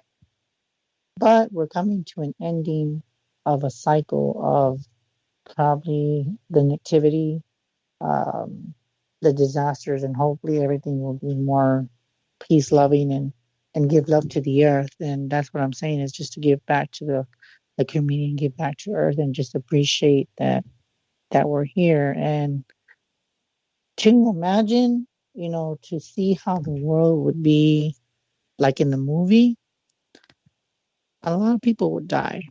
And what really part that gets me thinking, and I know they have this, I already know this, that if y'all remember the movie 2012, if you remember that one part where that, I think he was a guy from a different country, and they were flying that plane.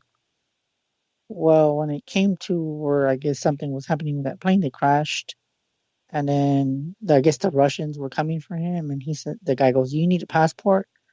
He could have taken the people in the helicopter, so they had to walk all their way in the cold weather, and they got to the same location that he did.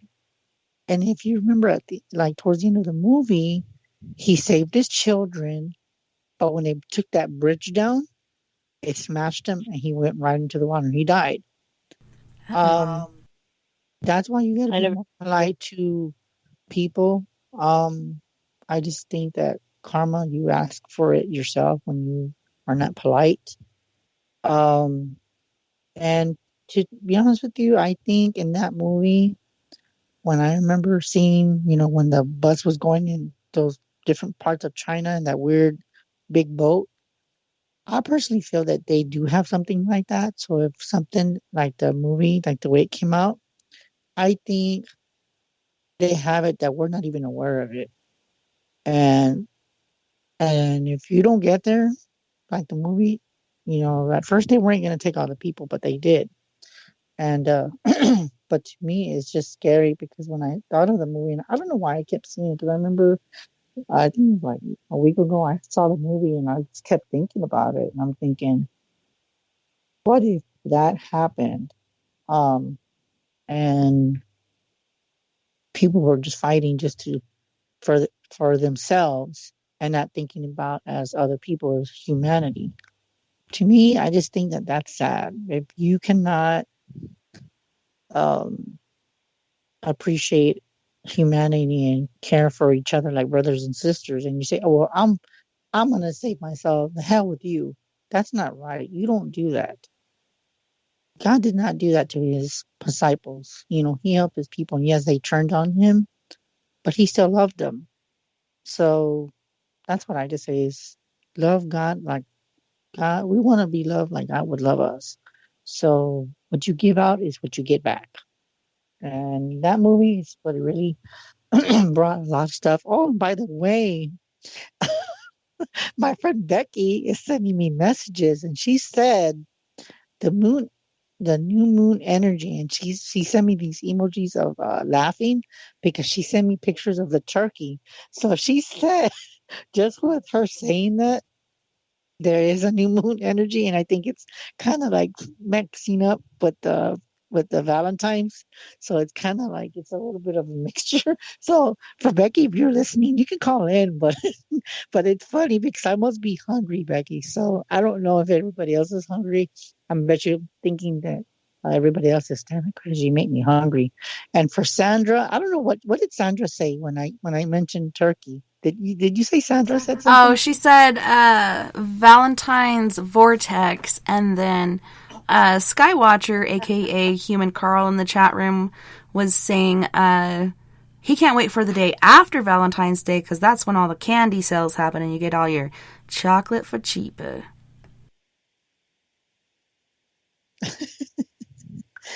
Just sent my friend a message on the other phone, but she's so funny. I guess she's listening. She's like thinking, damn, you must be hungry, or did you eat before you did the show? Are you high, Chris? And then Vicky in the chat room, as far as numbers go, she said numbers is a big one for her, means something, but she can't figure it out. She had a husband who passed on 2/2/12, and her mom passed on 8/18/18. She said, I mean, to me, there's a significance.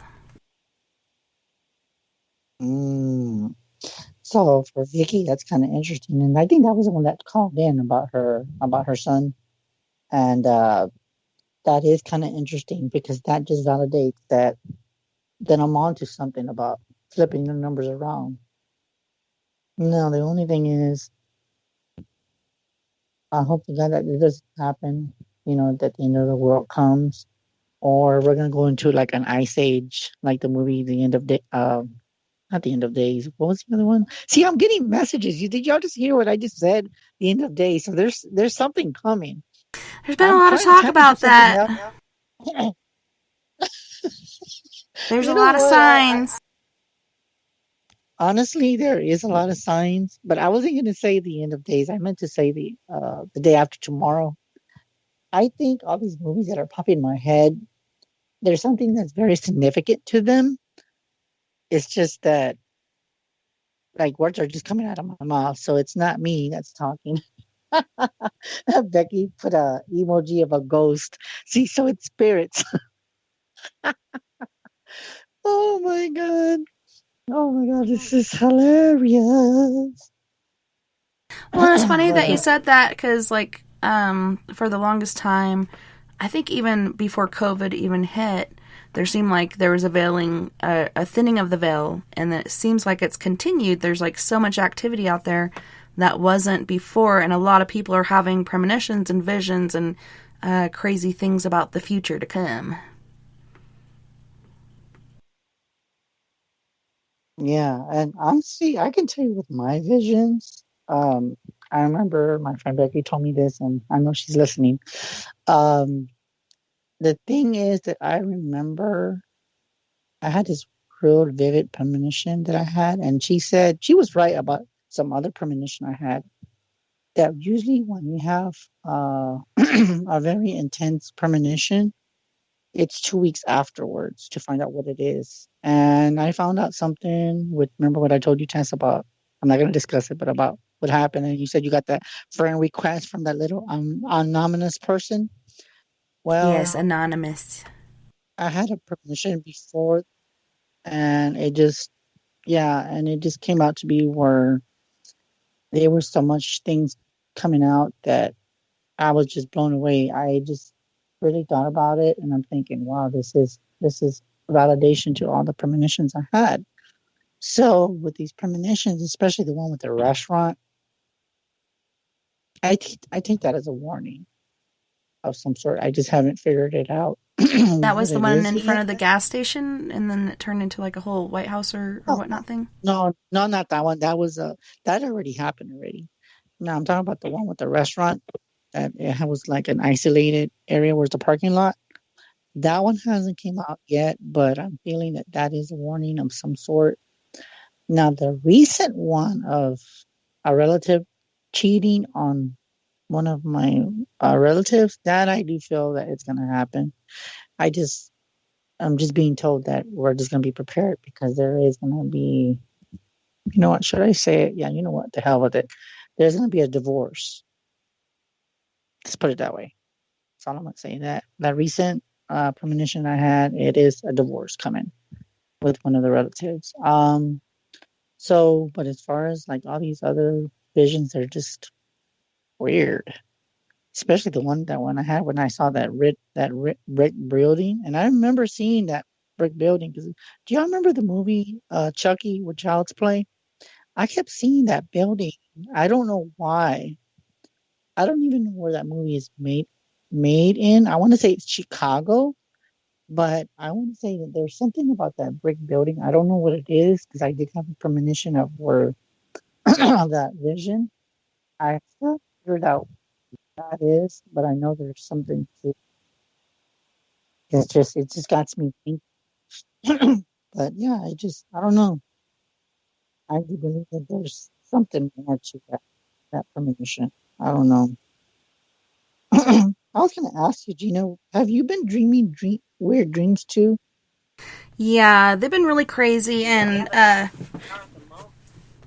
it was actually last weekend it came up in the after party, and I totally spaced mine, like, you know, it was just another crazy dream, and Sandra started talking about hers, and I was like, oh my god. Then I started remembering basically like clips of mine, and so far I remember running, and it seemed like we were running through the woods to this car, and then once we got to this car, we're talking to each other back and forth over the top of the car, the roof of the car, and we're waiting for somebody to come to, and like, what the hell are they doing? What's taking so long? But I saw her in my dream. She was across the car from me. I don't know if she saw me too, but we were running from something, like something bad was about to happen, and it's like we were already hiding out from something that was going on anyways. It kind of reminded me of The Walking Dead or whatever, one of those scenes in the backwoods where it's all overgrown. And for her, she said something about a cabin. For me, I saw this, it was like a cabin, but it reminded me of the old church in Boston, Arkansas that I used to go to with my grandparents, but it was just like totally overgrown everywhere. Even the road was overgrown, but there was just this frantic feeling like, we got to get out of here. What is he doing? He's got to hurry up. Wow. I mean, to me, I just think that's just crazy. If you have something like that, I don't know. I just see it as that's validation to your dreams, because I mean, some people, they say, oh, they're just dreams, they don't mean nothing, but they mean everything. But they mean everything. Yes, they do. They mean everything. And a lot of people don't see it that way. They just say, oh, it's just a vision. It doesn't mean anything because it's just a dream. But I do feel that you get messages in dreams, and you just have to be aware of them, because you're just like, you're getting something, but you just have to put it together. It's like a puzzle. You got to figure out. But yeah, you just got to just figure it out, and just know that when you see these things, don't take it lightly, because it could be something that's coming to happen. You just are not aware of it. And I was going to ask you, Tess, when you had that dream, has anything happened since you and Sandra had that same dream yet? Is there any validation to that yet? No, for me, this is like way in the future. Like maybe not so far, but I like within at least a couple years, because like, I don't know, she didn't seem that much older to me. It was just like, that should be happening right now, but it's not. But it was just really interesting. In her dream, she saw a lot more details. She was talking about seeing people in this building hanging on hooks, and they're like arms are kind of tied to their ankles, and it was just really bloody. That is weird, especially when you just realize that you just have all these weird things, and you're just like that is just weird. I mean, to me, I don't know. I mean, to me, I'm used to having these premonitions, but it's just that sometimes it just really blows your mind when you see things, and some people just don't know how to perceive them, and they just ignore them and say, "Oh, it's nothing," but it's nothing. It's not something that I should be concerned about or anything like that. But if it's something that you're aware of, then you just got to be just aware that these could be messages that could be telling you something, but you're just not getting the message. So you just got to just take it as what it is, and just take it as a precaution, and just be aware that it could mean something's coming. You just gotta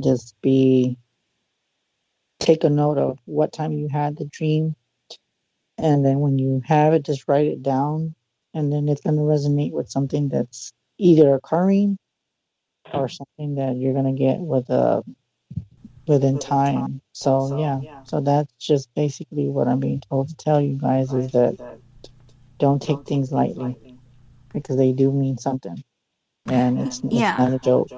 And another friend of ours had contacted a couple of us on the side and let us know basically the same thing, like end of world sort of status going on in dreams, China, a lot of different other factors happening. And he's just saying, like, prepare to your food storage, which if you haven't learned that yet, after all this COVID crap, start storing things if you can afford it right now, and there's stuff on the shelf right now. Buy some extra bags of rice, extra boxes of potatoes, whatever is going to last for a while that you can use in the future. And he went so far as to say, militarize your kids to where if somebody's coming to your house to kill you and your family to get your food, they're not going to hesitate to blow somebody's head off. Like, this is how serious it's getting. And we all have a feeling, and we have for a long time now, that something's coming. Can't put our fingers on it, but dreams are more vivid. Things are just pretty chaotic. Yeah, I think it's like, to me, it's more intense. That's what I would say. That to me, they just seem very, very intense. And it is, it's what it is. And you just got to just be aware that these premonitions they're getting more, like you said, they're very intense. And one thing I've noticed, that they're more detailed, to when you figure it out, you're just like, okay, then you just acknowledge it's a message, and just be prepared for getting things stocked up, because you never know what's coming. And I've heard two people say, you need to get stocked up on water and this and that, and you're just like, really? But I mean, we have a lot of water, but we've always stocked up, but hopefully we don't get locked down. But that's another thing too. With this weather, a lot of people that are wanting that COVID shot, it's postponed a lot of COVID shots, and it's just, to me, I just think that's a message in itself. I don't know how other people would look at it, but it's a message in itself. I mean, if it's postponed, there's got to be something. Maybe there's a delay because more those shots need to be coming in, and they don't have enough stock. Yeah, that's what I saw, was that they had them open, but they had to close them down because they ran out. But in a couple days, they'd have it again. And supposedly I heard 200 million, then I heard 300 million. So I'm not sure, but supposedly it's supposed to be going on as planned. I'm not in a hurry. Neither am I. I personally don't trust that shot, but that's just my opinion. I just think, like, it's just, no, I just very, not just skeptic, but just, that's just kind of iffy feeling about it. I'm just, I don't know.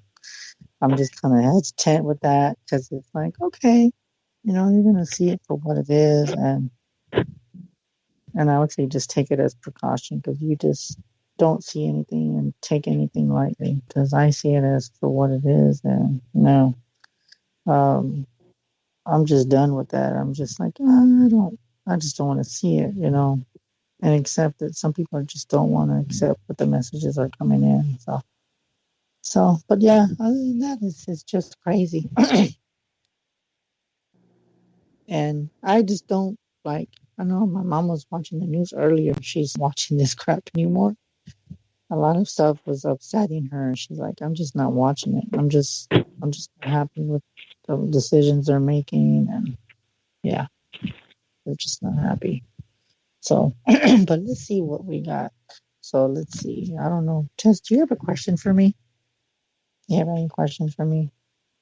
Anything that you might want to, because I haven't read you in a while. So many questions. Oh, we got a call coming in too. Hold on one second. Let's see who this is. Yeah, you're on mute now. Good girl. Think of the question that you have, and then we can go. Okay, hold on one second. I'm trying. These buttons are gonna pop up any minute to where it says "add to call." Come on. There it goes. I think I got it. Area code 479. Who are we talking to? Did we get you? Let me look over here. Hello? Hi, 479. Who are we talking to?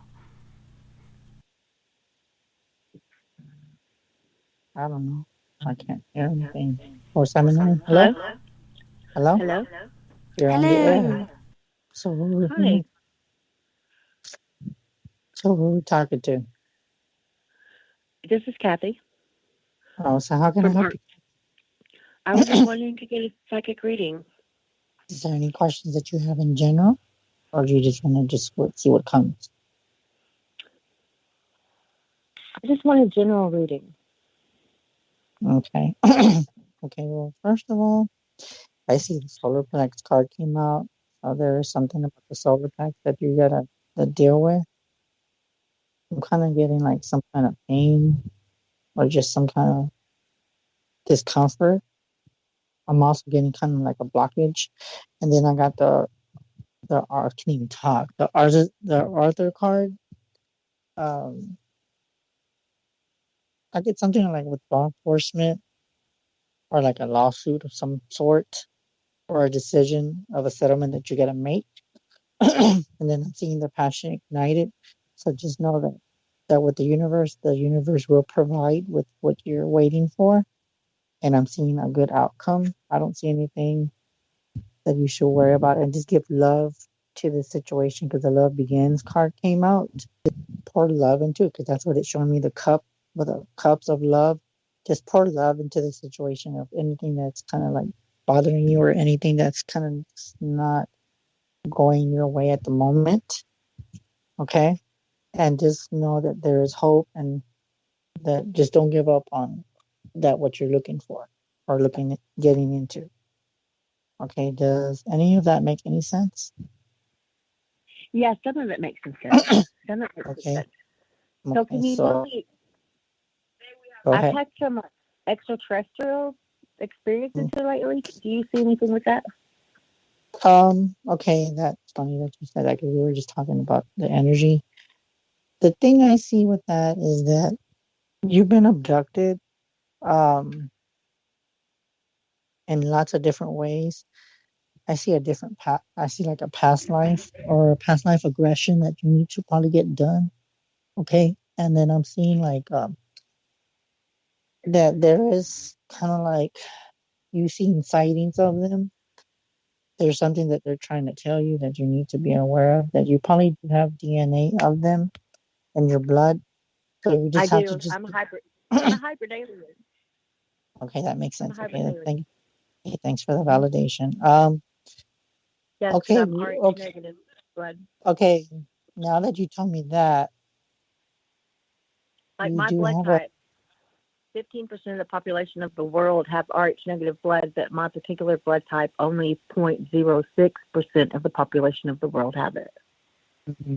See, that's the thing. That's weird that you say that, because I've heard RN, but I haven't really heard that in a long time with that type of blood. But it's funny that you mentioned that because I have O positive of me. I have O positive of blood, and I was a reptilian. I was one of the green ones, the first one that came out a long time ago.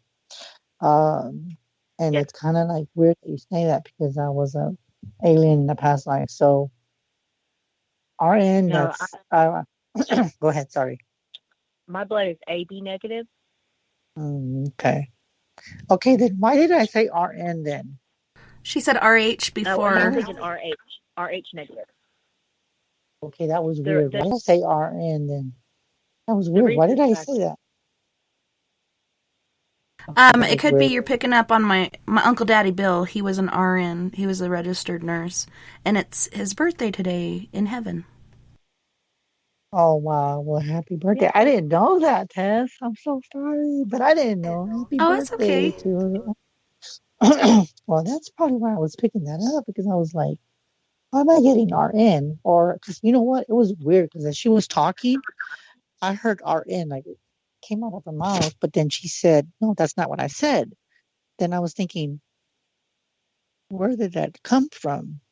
I don't know. I guess that was your uncle coming through saying that. Yeah, that was our uncle Bill. Wow, that's amazing. So just thank you for that validation again, Tess, and thank you for that validation to the caller too. Do you have any other questions besides your abduction? Anything else that you want to focus on? Anything else? My abduction? Yes, because you've been abducted more than once. Yes, I love. Also, I've seen them. I've seen them. My genetic family. I've seen them. Okay. Yes. Yes. Do you know anything about the abduction? Like, I know there's a greater purpose for me, but I just don't know what it is yet. Okay, that's weird that you're saying that because when I'm looking into it, I'm seeing. Okay, I know that you're an extra being, but you do have. That was weird.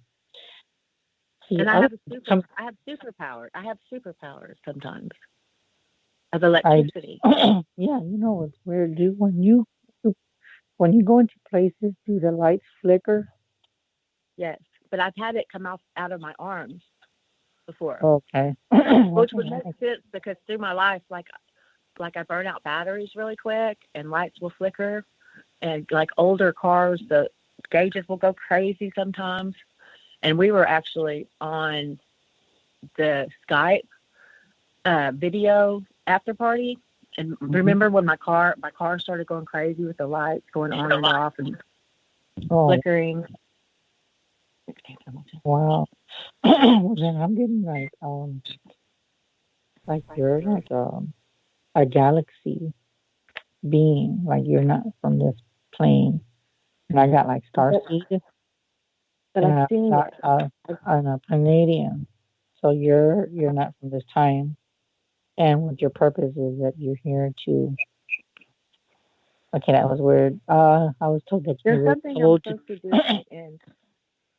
Something I'm going to do in the end. I just feel that you're supposed to speak up about your experience and know that you're not here to how can I put you're here to tell them that the aliens that are here to be our friends. You're not here to. They're beautiful. Yeah, so and it's love, like love, love, love. Like I've not seen anything but love from them. Yeah. Come here, Rusty. And but I do see that a lot of people, when you tell them, they're going to be trapped in fear because they're not ready to hear what you're going to say. But I'm told that you're supposed to speak up and let them know what you're there for and what your purpose is, because you do have a higher calling, and everything about you is paranormal. You do have supernatural powers, but I'm calling it more paranormal powers. You do I've have had that on my whole life. Yes. I've had that my whole life. So I do see that you just have this these powers that you are here to help other people. To help other people. Yeah. Yeah, that's it's funny because I talked about my church experience and growing up and stuff like that, and this last year I was down in Phoenix and I was talking to my sister Amanda about this patriarchal blessing I got and how, it seems like the end of times, and never thought I'd be here during even what we're going through right now.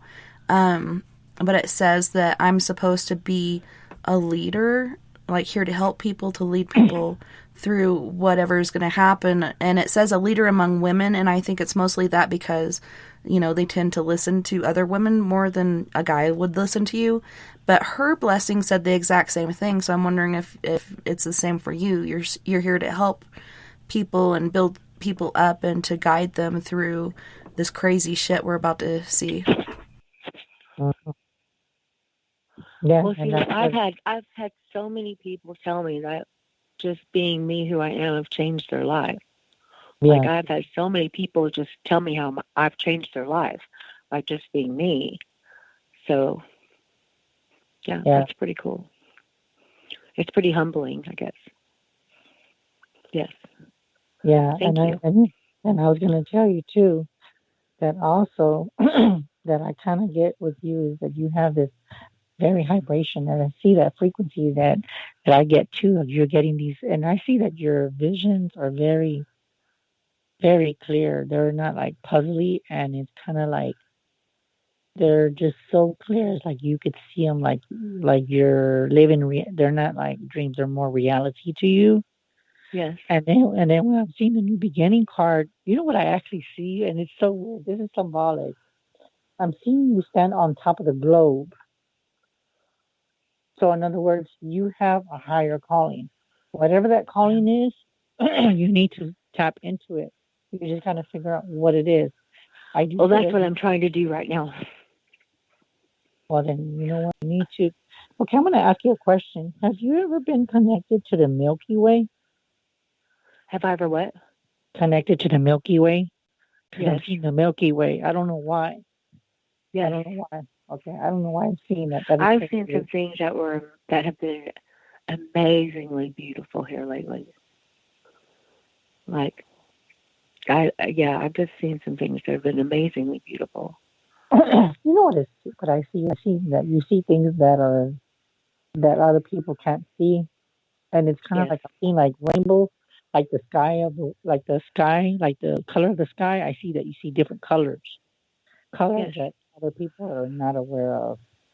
So when you go outside my house and look at the sky, you can see the Milky Way, and you can see Orion's belt. It is so beautiful. Like you can see all the stars and the galaxies and everything. It's beautiful. That's just validating what I just said, because that's what I kept seeing, the Milky Way. I was like, why do I keep seeing the Milky Way? You know what's crazy? See, I almost forgot what I was going to tell you. Something doesn't want me to tell you. Hold on. What? Tell me. Something did not want me to tell you, because I was going to say something, but when you were talking, it just went, and then it disappeared. Okay, that was weird. That was so weird. Yeah, that was weird. Maybe it will come back. Okay, the thing that I get is, hold on. There's got to be there's something that doesn't want me to tell you, and it does not want me for you to be acknowledged of it. Why? It's weird, because you have higher calling, and there is something negative. It's not around you. It's not like attached to you, but it's lingering. Uh-huh. So whatever it is, told me shut the hell up. It's what I heard. Really? Yeah, and we know about that. Yes. Yes. Yeah, we've had something stuff after us our whole life. Even our mother had it, and who knows about before her, but we've had negative stuff after us our whole life, and I think it is because we are star seeds and light beings. Like, we're here to help and to educate people, and we are paranormal and spiritual beings. We're not really religious. Like, even though I've gone through so many different religions to try to figure things out as a kid, there's something after us, and that's why, like, I'm totally not into out-of-body experiences, like intentionally leaving my body and stuff, because I'm afraid if I do that, something's going to be there by the time I get back. But yeah, we know that about the dark thing that's been after us and trying to stop us and stifle us. Right. I can just tell you right now, you're just, oh my God, you're back. Okay, even though I know this is not the message I was going to tell you, but I was told to tell you something else, and it's going to sink in as I'm reading you, okay? Okay. You go back as far as BC, and I'm seeing the 1700s. Uh-huh. Okay, so you've been in this cycle, or you've just been here so many times, and it's funny because when I'm seeing the cards in front of me, I'm seeing. Okay, that was weird. They're telling me to tell you two messages in one. This is probably going to be. Okay, I'm seeing the numbers 1, which is 11. So you're a person that manifests stuff. And then I hear 311. I'm being told 311. And I do know there is a number that you can call 311. So basically what I'm told to tell you is that you're a person that is like an antenna. Uh-huh. And a beacon. You're like you like have this dial tone in my head. I'm seeing like numbers in your face. Like you're like the 411. You're gonna say things that nobody is ever supposed to know, or something that you're not supposed to say. Okay. So when you say something and you pick it up, you better say it, because I'm being told that you're gonna forget what you're gonna say. And it's funny because when I was reading you, they know I can tap into it. So that's why something was trying to linger around me and telling me to be quiet, because there's something that they don't want you to know. Okay, and I'm going to cut you guys off really quick because we do have to go to our first musical break, but you guys can continue on break, and we also have a couple more callers waiting as well. And this break is about 13 minutes and I believe 47 seconds.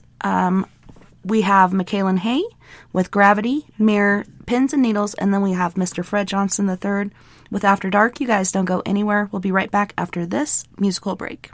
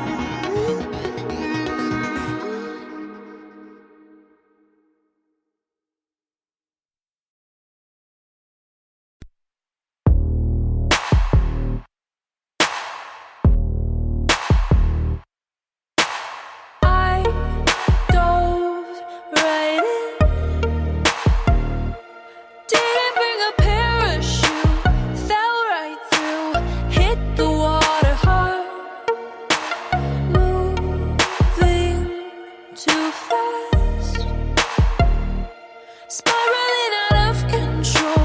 Was touch and go, went a little far. You taught me how to turn a blind eye. I showed you how to keep your shoulder cold. No one walked away without a scar. I've been digging through the pieces. Your heart is out of reach, but objects may seem nearer through this rippled mirror. I've been digging through the pieces. Your heart is out of reach, but objects may seem nearer through this rippled mirror.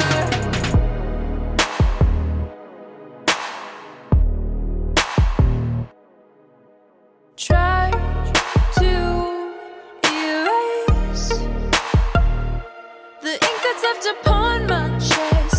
I'll attest, I don't really wanna forget to forget. You taught me how to turn a blind eye. I showed you how to keep your shoulder cold.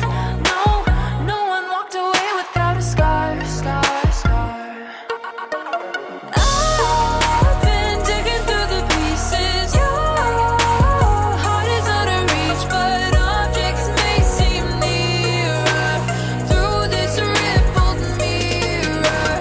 I've been digging through the pieces. Your heart is out of reach, but objects may seem nearer through this rippled mirror. You taught me how to turn a blind eye. I showed you how to keep a shoulder cold. No one walked away without a scar.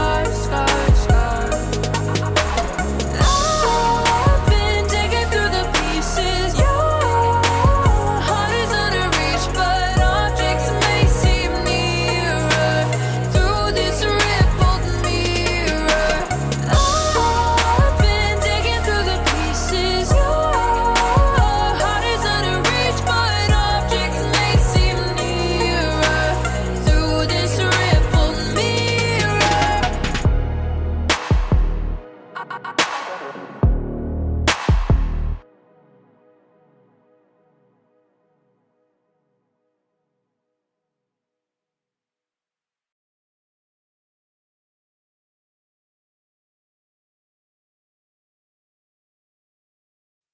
Talking on pins and needles, every word through a microscope.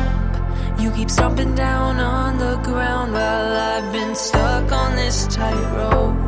I just wanna say what I wanna say without your sentence. I'm not willing to do the time when I'm innocent, and I'm innocent. Talking on pins and needles. Talking on pins and needles. I'm gonna hang it up, hang it up, hang it up. And I'm done, and I'm done, and I'm done, done, done. I'm gonna hang it up, hang it up, hang it up. And I'm done, and I'm done, and I'm done, done, done. I'm gonna hang it up, hang it up, hang it up. And I'm done, and I'm done, and I'm done, done, done. I'm gonna hang it up, hang it up, hang it up. And I'm done, and I'm done, and I'm done, done, done. Walked on my share of thin ice with your blowtorch at my feet. You won't ever see me beg, so take this tongue off your leash. I'm gonna say what I wanna say, don't need permission. Interpret it how you want, it's my decision. Talking on pins and needles. Talking on pins and needles. I'm gonna hang it up, hang it up, hang it up. And I'm done, and I'm done, and I'm done, done, done. I'm gonna hang it up, hang it up, hang it up. And I'm done, and I'm done, and I'm done, done, done. I'm gonna hang it up, hang it up, hang it up. And I'm done, and I'm done, and I'm done,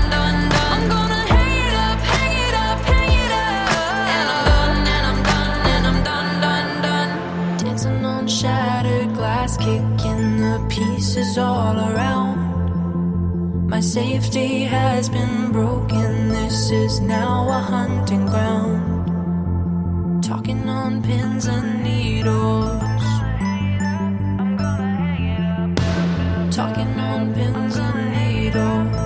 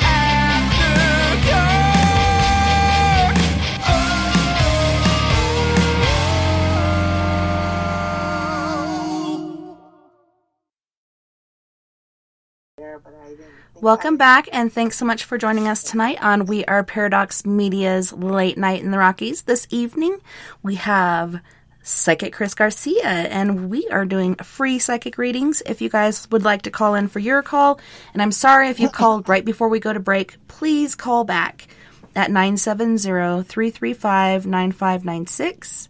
970-335-9596. And happy Valentine's Day, everyone. I hope you guys treat yourselves really nicely. And treat your partner, if you have one, very nicely. But most of all, be kind to you. Yep. And I know tomorrow is going to be my Valentine's. And it's going to be cold for Valentine's. We're going to be in the 20s. We can't go anywhere. It's cold. Well, that's how it is here, except for it's not just cold, but it's snow, and it started today, and it's supposed to last for at least 3 days. But we'll see, because it's Colorado. Complain about the weather. 5 minutes later, it generally changes, but we could be stuck in some sort of nasty rotation. Yeah. I could say the weather is just bad over here. I mean, we're supposed to get snow, and Texas doesn't really get snow. The last time we got it was back in '85 when I was like 5 years old. California just got it. I bet you get it. Snow. I don't know. We'll see what Happy happens. Valentine's Day, Chris. I'm going to send you some Colorado snow. Oh, God. You're going to send me that. I'm going to be playing in the snow, but I'm too old for that. I'm going to be like throwing snowballs at people or dogs and shit.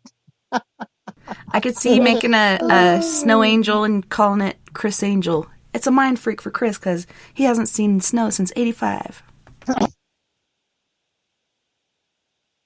Damn, it has not snowed since. He lives out here, Chris Angel. Well, I know heard Chris. Anything? I've been a big fan of his too. Chris Angel, he's amazing. He does some weird tricks too. I was like, oh my God. Yeah, it's amazing. Yeah. But I think between his kid, or he's got a kid that's got special needs or something, and he's ill or something, and then he's got, with the Vegas COVID thing, I haven't heard much. I could look it up for you. Hold on. I can look it up for you. Real easy. Let's see. Yeah, and a lot of people I know his stuff revolves. Yeah. I thought all the Supremes were gone already. That would mean Diana Ross, because those two Supremes, they already are gone. No, Diana Ross is still alive. Right, thank God. But no, but there was this other. But this is one other one. But yeah, there was this. They said maybe like a week ago, 2 or 3 days ago, that one of the other singers died from Supremes, and I was like, which one? When I looked at it, I thought it was Diana Ross, but it wasn't. It was one of her other singers. And then I found out that they said in real life that Diana Ross was really controlling, very controlling. But see, Diva. But with her any. I didn't know that. I didn't know that she was controlling. She didn't appear that way to me. Like, of course, come on, Chris. I didn't know she was controlling. Seriously, she didn't appear that way to me. She had a beautiful voice. I met somebody that I was like, there's a club over here where like locals come in and they just sing. And the drifters and certain people, like famous people, just to keep themselves practicing for fun, they go there. It's called Dino's. It's on the Strip, on the almost downtown. And I went there, and one of the drifters, I don't remember his name, was Jeff something. I don't know what his name was. I'm guessing here. My brother's name is Jeff, so I might have been wrong. My brother's a mechanic. But on the other, he basically said to me that he went into an elevator where Diana Ross was, and she says, I didn't want anybody in my elevator. He says, you know what? I'm coming up in your elevator because I have somewhere to go too, and you're not the princess of the earth. And she didn't like that very much. Yeah, she's that way. And it's like when I saw her at McCarran, and she's got some things about her too. My camera, I went to take a picture of her. My camera locked up, and so did my girlfriend's. I'm like, okay, something's carrying around her. Uh-oh. And she makes that happen. Some buddies with my and there was a guy that was carrying her luggage by himself. He was like her servant, and she was walking in front of him like she's just it, and that's it. Her hair. I mean, I'm not saying, I don't mean to be mean about her, but I'm just being honest. It's really cool. Her hair was the biggest hair I think I've ever seen, and how long it was. It was just her lipstick. You could see her lipstick from so far away, and she had this red dress on to match that lipstick. I was like, whoa. But she carries like you wouldn't believe. Wow, I didn't know that. Let's see, but I guess she didn't seem controlling to me, because I guess I'm a big fan. I don't know, their personal life, Or because she likes you. That's all. She didn't like the guy that went in the elevator with her. She said, I don't want anybody in the elevator with me. See, that's the thing Maybe he just had creepy vibes or something. I'm just kidding. Another person too that was they said that he was he wasn't boss, but they said Michael Jackson was a very hard person to work with too. Yeah, but I'll tell you something cool about Michael Jackson is he always put new talent wherever he was, so they would get popular, famous, and go somewhere in the music business, which I found awesome. That's awesome. That is true. Now that I can. But yeah, it's just weird, because I guess when they get up there, you would think that their personality wouldn't change. But I guess some people, that when their attitude starts changing, they get all stuck up and shit, and you're just like, really? I'm a big fan of yours. Well, I don't care. You have to wait in line and sign your autograph later. Like, really? Oh, if somebody told me, I don't care if I say names, but Paula Abdul's like that. Paula Abdul refuses to autograph. When I was working, at least I'm in Sherman Oaks, California. When I was working there, I was going to college, and I was working at a market, and I was working at a movie theater. Yeah, I was juggling. I didn't have any kids then. And my friend went up to the counter, and he had a box. He says, can I have your autograph? And she says, I don't give out autographs. She was such a biatch. You know what? And Minnie Mouse, that bitch, okay. We came to Disneyland early one day just so we could get her freaking autograph, and she leaves the line that she was in, and we were over here because the line was too long, and she's leaving, and we chased her down for quite a while, and then her handler stopped us and was like, she's not doing autographs right now. We have another thing to do. Minnie Mouse is actually a bitch. I'm just kidding. oh, hilarious. She's wearing a Minnie Mouse sweatshirt. Wow. Are you serious, Tessa? When was this? Disneyland in California like 2 years ago, and I swore to my daughter we'd get her autograph. We even lined up at her Minnie's house where she has her little tea party with the kids, and then she went to break there too. So the next day I was like, I promise we're going to get her autograph, and we chased her down for at least like half a mile, and the handler stopped us and was like, she's not doing autographs right now. I'm like, that's ridiculous. We've been waiting 3 days to get her autograph. Yeah, we just gave up. Oh my God, I could just imagine your face. You're like, I'm waiting in line for freaking 2 hours. I was like, I will find you, bitch. I'm just kidding. Oh my God. Yeah. Oh my God. I would have been like, what the hell? I'm waiting in line to get an autograph from you. What are you fucking talking about? You better sign something, sign my arm or something. Do you know how much money I spent to bring my kids here today? Just give me a freaking autograph. But we got Spider-Man, so, that made everything better, I guess. Oh my God. Now I know about celebrities. Oh my God. If you sign, I won't do that. I'm going to say, they say, Chris, can you sign your autograph? Oh, sure, I'll do it. I'm not going to say no. But yeah, okay. but you know what? I think if your hand gets tired, that's probably why they don't want to do it. Yeah. They want to get their hand gets too tired. Well, when that happens, just do a zip thing, that counts as an autograph. How many autographs do you see that are just a scribble? Mm-hmm. You know what, Tessa? Tessa, can I have your autograph, Tess? Can I have your autograph, Tessa? Yes, I shall give you my autograph and bestow it upon you.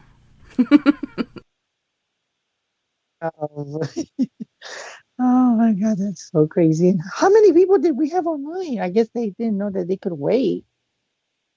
I guess. I can try to add them back on because I do have them over here in our little thing. Let me see which one was first. Okay, let me post this real quick. Doing the post for the last 40 minutes of psychic reading. Who was first? So let's go number 415. I can just imagine when they see the clock, like, who's this? They're gonna look at you like, who's this? Right? I get so freaked out calling people. I can't help it. It's my social anxiety. Right? They'll be like, I'm trying to go to sleep. Leave me alone. They're going to be like, I'm trying to go to sleep. Leave me alone. Or you know what, Tess? They're trying to get lucky. Oh, yeah. Did you hear what I said? I'm not saying it now. I heard you. I know. I can't say because you never know. He is playing Planet Hollywood, and the next time he plays is February 24th, Wednesday at 7 p.m. over here. Planet Hollywood. Please leave your message for 404-889-9763. Somebody just joined. I see somebody. Hi. Hi. You guys are a little nutty. Who am I talking to? Who are you talking to?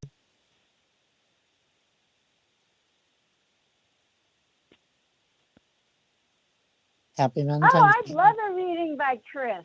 Who's this? Who are we speaking? Who am I speaking to? Joan of Angels. Joan of Angels, welcome. What's up, stranger? How have you been? Your message has been deleted. Please re-record your message at the tone. I know. I think she was trying to call somebody. Something is happening to someone. But anyway, hi, guys. And it's nice to talk to you. Hi, nice to. I was going to ask you something. I'm a 415 number. Don't hang up on me. I was going to say. Okay, for Joan, I was going to tell you. I was going to ask you, Joan, for some reason, I keep seeing writing.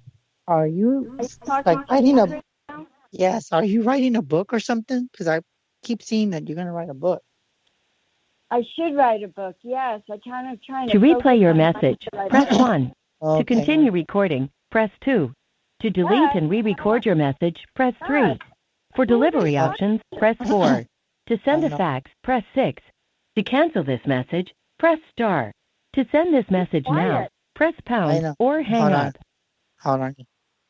Because I know she was trying. Okay, sorry. What I was going to say, is there something about the solar plex? It kind of feels the energy's kind of wonky, I guess, is what I got. There's a lot of stuff. Talking about mine? Yes. The energy feels kind of weird. And I'm being told something weird. And then I'm being told something about taking control.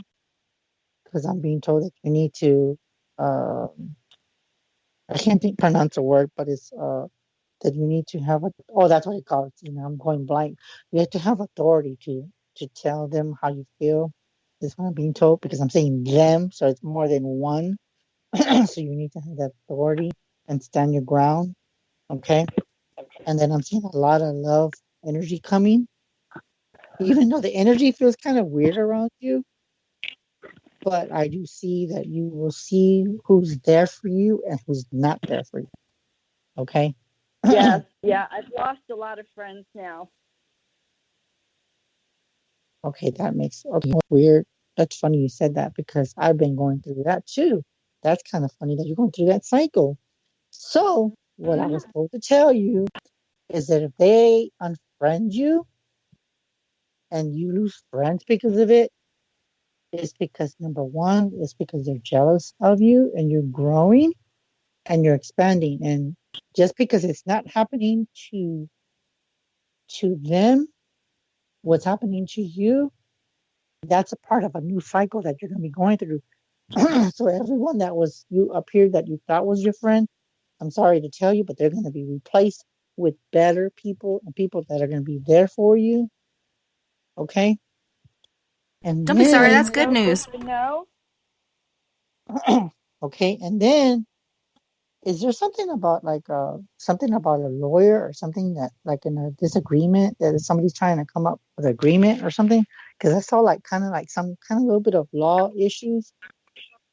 It's not like I was that in a you're in car trouble. accident recently. Okay, that makes sense. Okay, that makes perfect sense. So that person, okay, that was just so cold. I can't believe I just heard that shit. They are not going to pay a damn dime for the car insurance because and as a matter of fact, I was being told that they were hoping not to get hit because they don't have insurance on their vehicle. Okay. No, So basically, Chris, I was hit from behind, and the kid has insurance, and they are taking care of it. okay, well then why did I get like that? Not there must have been something else, and it must be somebody else around you then. I don't know, but I have some weird things. I don't know what it is, but I'm in expansion. But it always seems to go slow. Yeah, I guess because you're growing, spiritual growth, and then I'm saying like spiritual union. So you're gonna have like events to go to that you're gonna be I would doing like your that. and then your spiritual strength of your gifts are expanding and growing. That's what I'm seeing. They're growing and expanding. I was ordained in November.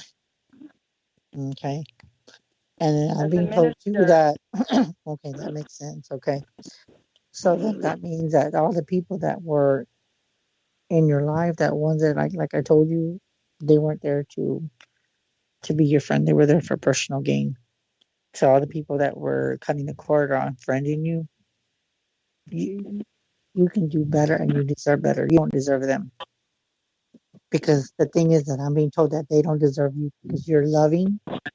And and the thing with people is that they were kind of like, okay, that was weird. They were cocky, thinking that they were going to try to get somewhere with you. And the thing is that they expected too much of you, and you put too much out for them that you weren't getting that energy returned. Are you there? I'm taking notes. So I'm being told that that's what's going on, and then there's something that is being disturbed, or something that's kind of disturbing that kind of like freaking you out of all the stuff you're going through. But I'm being told that it's going to be like an active emotion. Everything's going to be going from all this strangeness, and it's going to change into something better. So you're going through a lot of different cycles.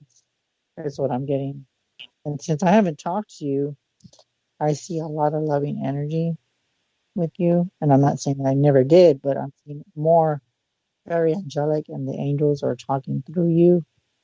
And your readings will increase more. And there's a lot of stuff that you're just growing in a lot of good ways. And I'm gonna tell you, don't see those people as that they were gonna, like, you lost a lot of good people, but just look at it this way: they lost you, and you're just a loving person. I don't see or why people can be so mean to you, but they were just cut off because they were just gonna hurt you, and instead of going through that trauma, just going, just cutting. A lot of people think of it as a bad thing. I'm losing people, and it does freak you out, but you're losing people that would be bad for you, that were going to take advantage, and you're gaining people that are better, like Chris was saying. And it's not about quantity, it's about quality, and it's so much better that way. It can be scary at first, but it's really worth it. Yeah. I know. Yeah. And you will see them. Me speaking, like, my real dream now is to speak to large numbers of people, to teach to large numbers. Honestly, I do see that, but you gotta work your way up, because I see that you're already doing it. So for the people that were cut off of your life, they were holding you back from growing. So now that they're cutting that cord, that you cut that cord, or they cut the cord for you, Now you're gonna go rapidly, and it's crazy because I'm seeing looking at the intuitive card, and I'm seeing like a lot of people. So you will be reaching like amount of groups. I can't really tell you how much of a group you'll be, but you're gonna meet people that are gonna want to pay to see you to either give them kind of counseling, lectures, is what I see, a little bit of medium and readings that you're gonna be very intuitive and tell them what they need to know. Okay, hold on. And while you're saying hold on, I just want to let area code 315 know you're next, so please don't go anywhere. Am I speaking to a real person?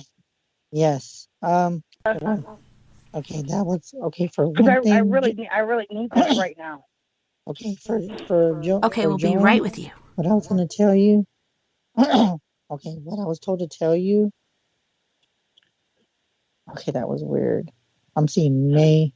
I'm seeing April and May. So it's around the corner. You will be going to conventions and you're going to be starting to peak. You're going to be reaching your peak. It's weird that I just heard that. You're going to be reaching your high peak. So you're going to be meeting a lot of people and interacting. But you're still going to do the social distancing. But I do see you meeting people and interacting with people. And you will be doing group readings. And you will be charging per head, by the way. And whatever percentage you go, somebody else is going to pick you up. It's going to be like a company. That company is going to, they're going to advertise you. And then whatever you make, like whatever they sell, the tickets they make, you get a percentage off of it. Bring it on. All right. Okay. I am ready. Keep that in mind. It's around April or May, okay? Yep. And get back to me. I did talk to a medium, and she said something was going to happen in April or May. Okay, there you go. Validation. So, yep.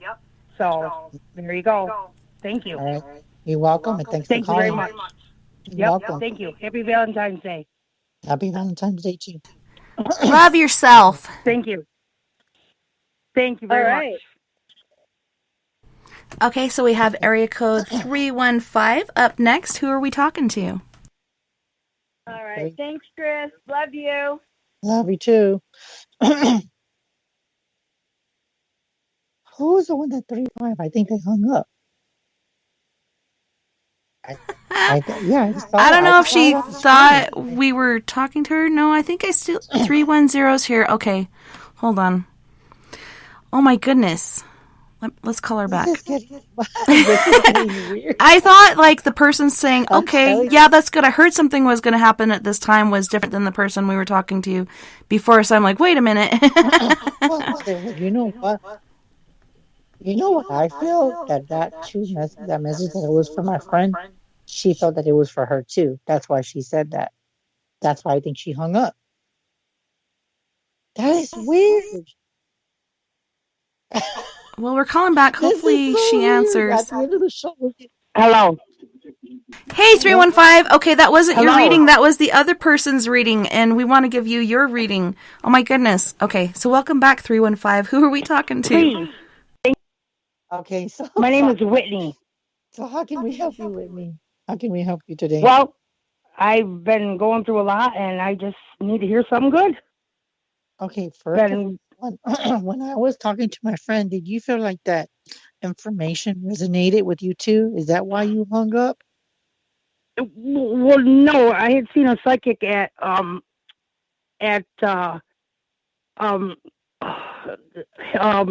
Asylum in near Syracuse, and they said something was going to happen in April or May. Okay, but so I've been in a relationship for 38 years, and it's just ended. Oh, and okay. I just need to hear something positive. Okay, a lot of shit's going on in my life. Yeah, I want to first of all say congratulations. You just lost a lot of worthless weight. For real. Like, if that guy's going to leave you around this time, like, that's just ridiculous. But you deserve better. And like we were talking about before, there's something better out there for you. But I want to hear what Chris has to say about this because he's so on key and he always blows my mind. So I'm excited. I'm excited for you, Whitney. Chris Garcia? Chris Garcia? Yeah, this is me. Yeah. Why? And Tessa, right? Tessa? Yes. Yes. Is that one of the girls named Tessa? Yeah. I've talked to Tessa before, and I'm just going through a lot of shit, grandson with leukemia, and I just want to hear something positive. Just you know what in my future. But I'm seeing like a lot of choose wisely. Everything that you're doing, everything that you're going through, like Tessa said, it was a weight lift off your shoulders. So don't worry about him. That's his loss. But I will tell you one thing: he's not going to see it now, but he is going to try to come back. Don't take him back. It's going to back. be too late because you're going to don't take him back. But you will I be hear you. more higher. I hear you. You will be higher than where you're at right now. And I'm seeing spiritual strength in your healing and everything that you're going through with the chemo. Keep yourself positive. Okay? Don't ask me why I said that. Okay? And then I'm seeing like accurate motion. I'm seeing everything just going so fast for you.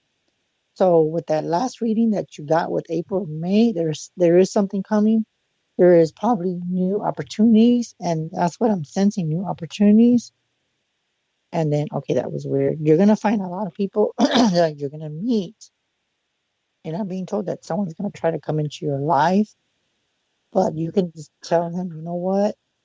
I appreciate it, but I just got hurt from someone else. Let's take things slow. But I do see that you're going to see someone that's going to really be there for you and that's going to love you. But it's not going to happen until like after May. But whatever you're going through in April, May, it's going to be a big change and a big transition that you're going through, because that's what I'm seeing.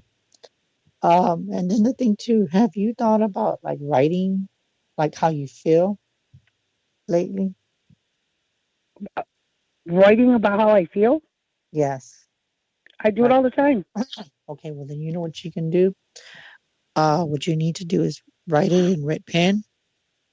Write everything that you like, and then you write everything that you dislike.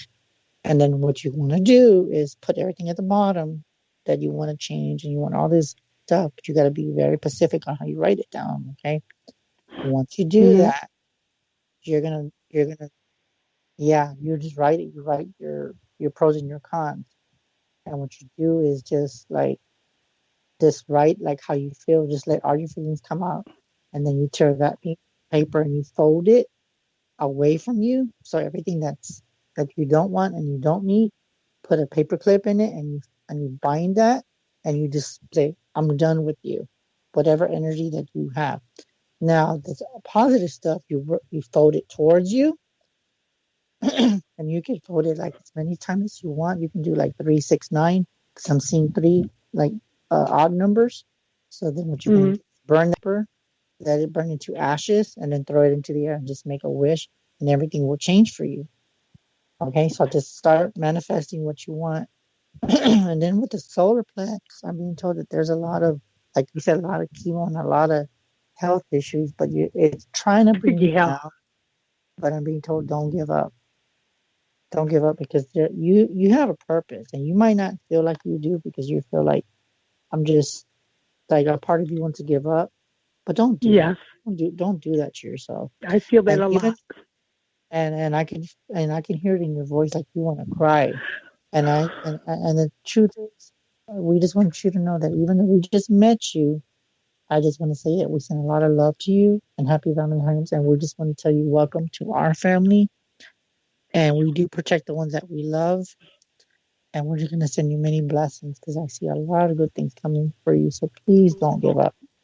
Yeah, and I know, change, no matter how good it is so hard.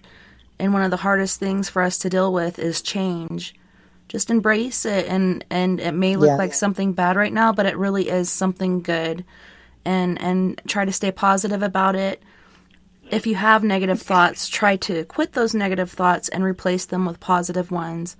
And, a good thing that I learned... Like you guys know me. Yeah, a good thing that I learned, and it sounds really stupid, even if you're sitting in a chair, or even if you want to hop up, do like 20 seconds of excited movement, and do your war cry and whatever else to shake all that fucking negative shit out. it so helps. Like, it gives me goosebumps just thinking about it right now. Like, it really does help. And then start your thought process. Like, I know you've been with this person for so long, and it's like, that's a big part of your life. Like, it feels like a part of your life is gone, like a part of you died, which in fact it did, but you're going to move on to bigger and better things and get to know yourself, get to grow comfortable with yourself, and be happy with yourself, and start doing the things that you love and enjoy.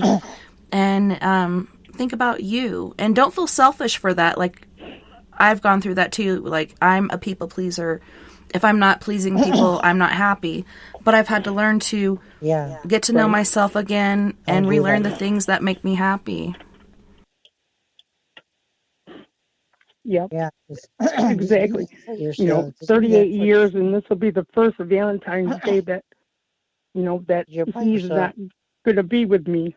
I mean, we live in the same house, and it's hard, being told, I don't want you, we're just roommates, and it hurts. And I've thought about ending things with myself, my life.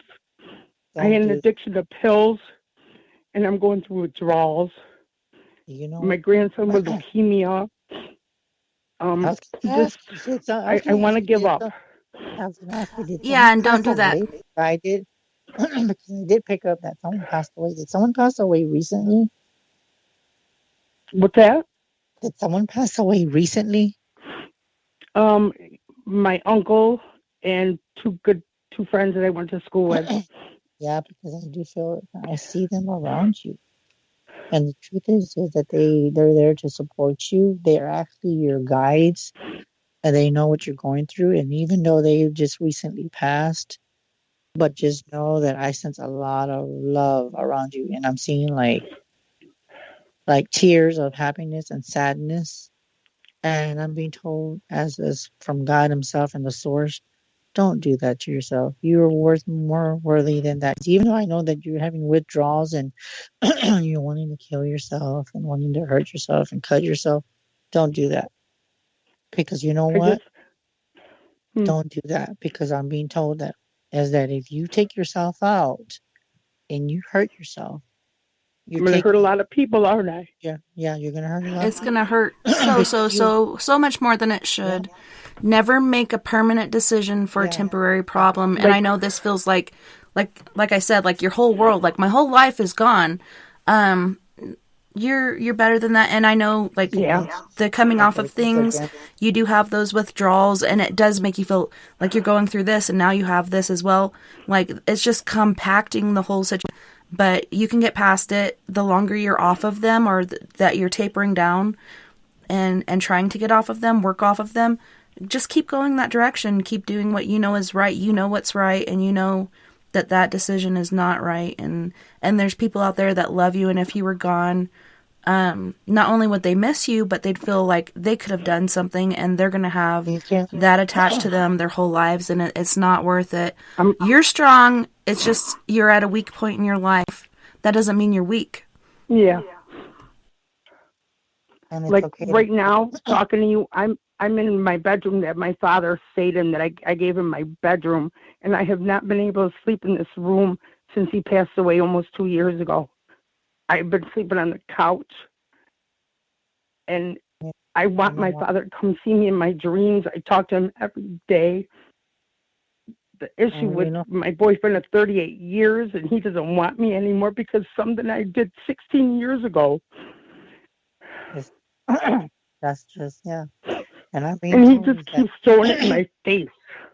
It's an excuse, and it's not you, it's him. He's using this because, like you said, this was 16 years ago.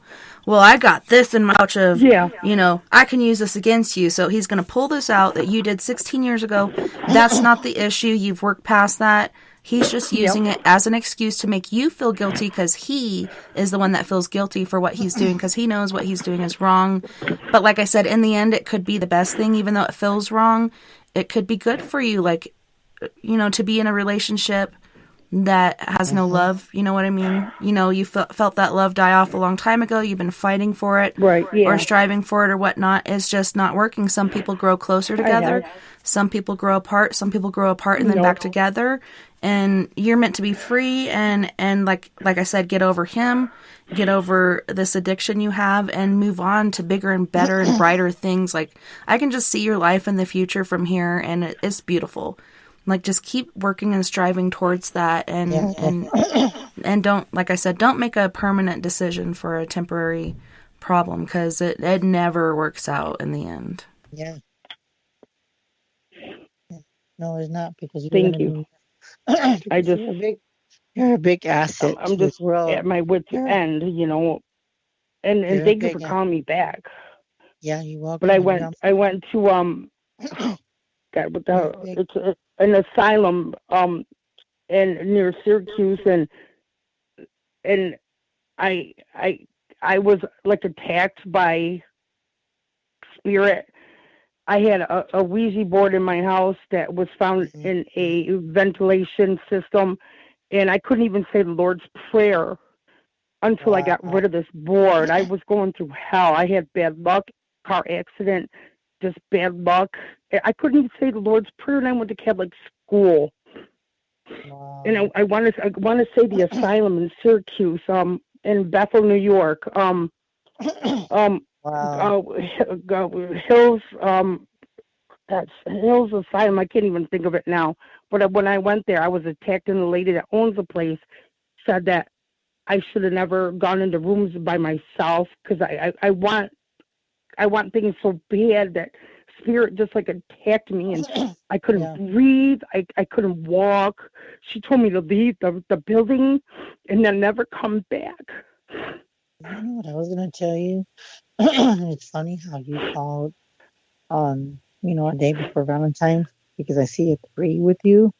I'm seeing numerology, and it's crazy how he hurt you for Valentine's, and we were just talking about that earlier at the beginning of the show, Tess. I remember that, and and it's so weird because I'm seeing like a 5 with this, so that's probably within 5 days you're gonna feel different. You're not gonna feel like this. You're gonna wipe that tears off your face.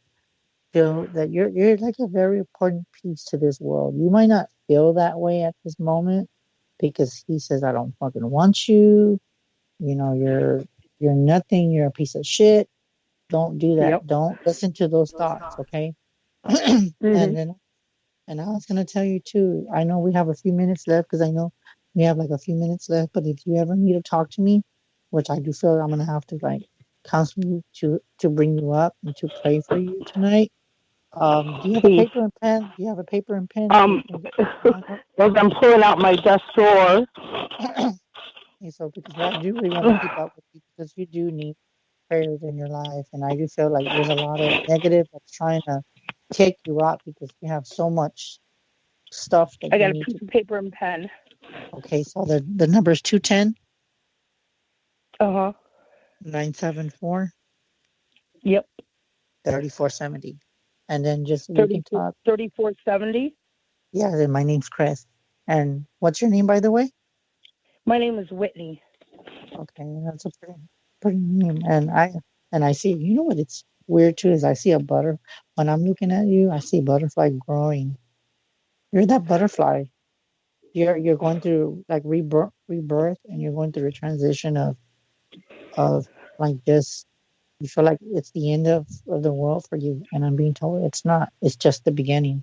It's just the beginning. There's a change, and even though whoever, and I'm not, and this is off the subject, I know whoever bought that board, or whoever played with it, hopefully you got rid of it. That should just tell you that things. A lot of people think that the Ouija boards don't cause harm, but they do. And it's not good, to ever have one around you. I know that your faith is like trying to get the best of you, but just don't give up, and just know that we love you and you are our family. Tessa's a part and of you're you. not I'm alone. a part of you. Our friend Gina's a part of you. You're not alone, and don't ever feel alone, because you should smile and say, you know what, I have another day to breathe, and thank God that you have another day that you wake up. So this should inspire you. So when you go to bed tonight, when you wake up, say thank you, Jesus, for another beautiful day.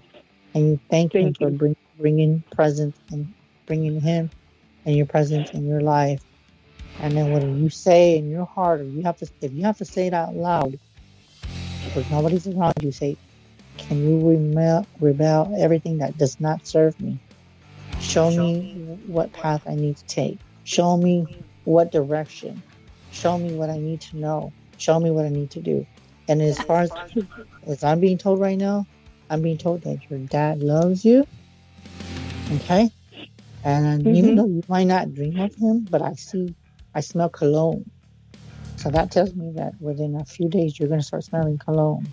And I hate to interrupt you guys, but we are at the end of our time. And Whitney, please hold on because we can continue on with you in just a second. Chris, can you tell our listeners again how to find you and keep up with you? They want to find me through Facebook, Chris Psychic Garcia, or they can reach me at my own personal cell phone, 210-974-3470. You can also reach me at my email, garcia187bluelove@gmail.com.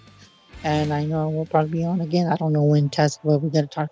Tessa will probably give me the date. But just want to say thanks for everyone listening to the show. Just want to say peace and love and light. And happy Valentine's. Have your spirits uplifted. Thank you. Happy Valentine's Day. And thank you again, Chris, for being on with us tonight on Late Night in the Rockies. And thank you to all of our friends out there on We Are Paradox Media's Facebook, Spreaker, Twitter, Periscope, iHeartRadio, or wherever else beyond the Omniverse you're listening tonight. Don't forget, we're all in this together. Together we can make the world a little better. And together, my friends, we are Paradox Media, because without you, there is no us. Nighty night, love and light, and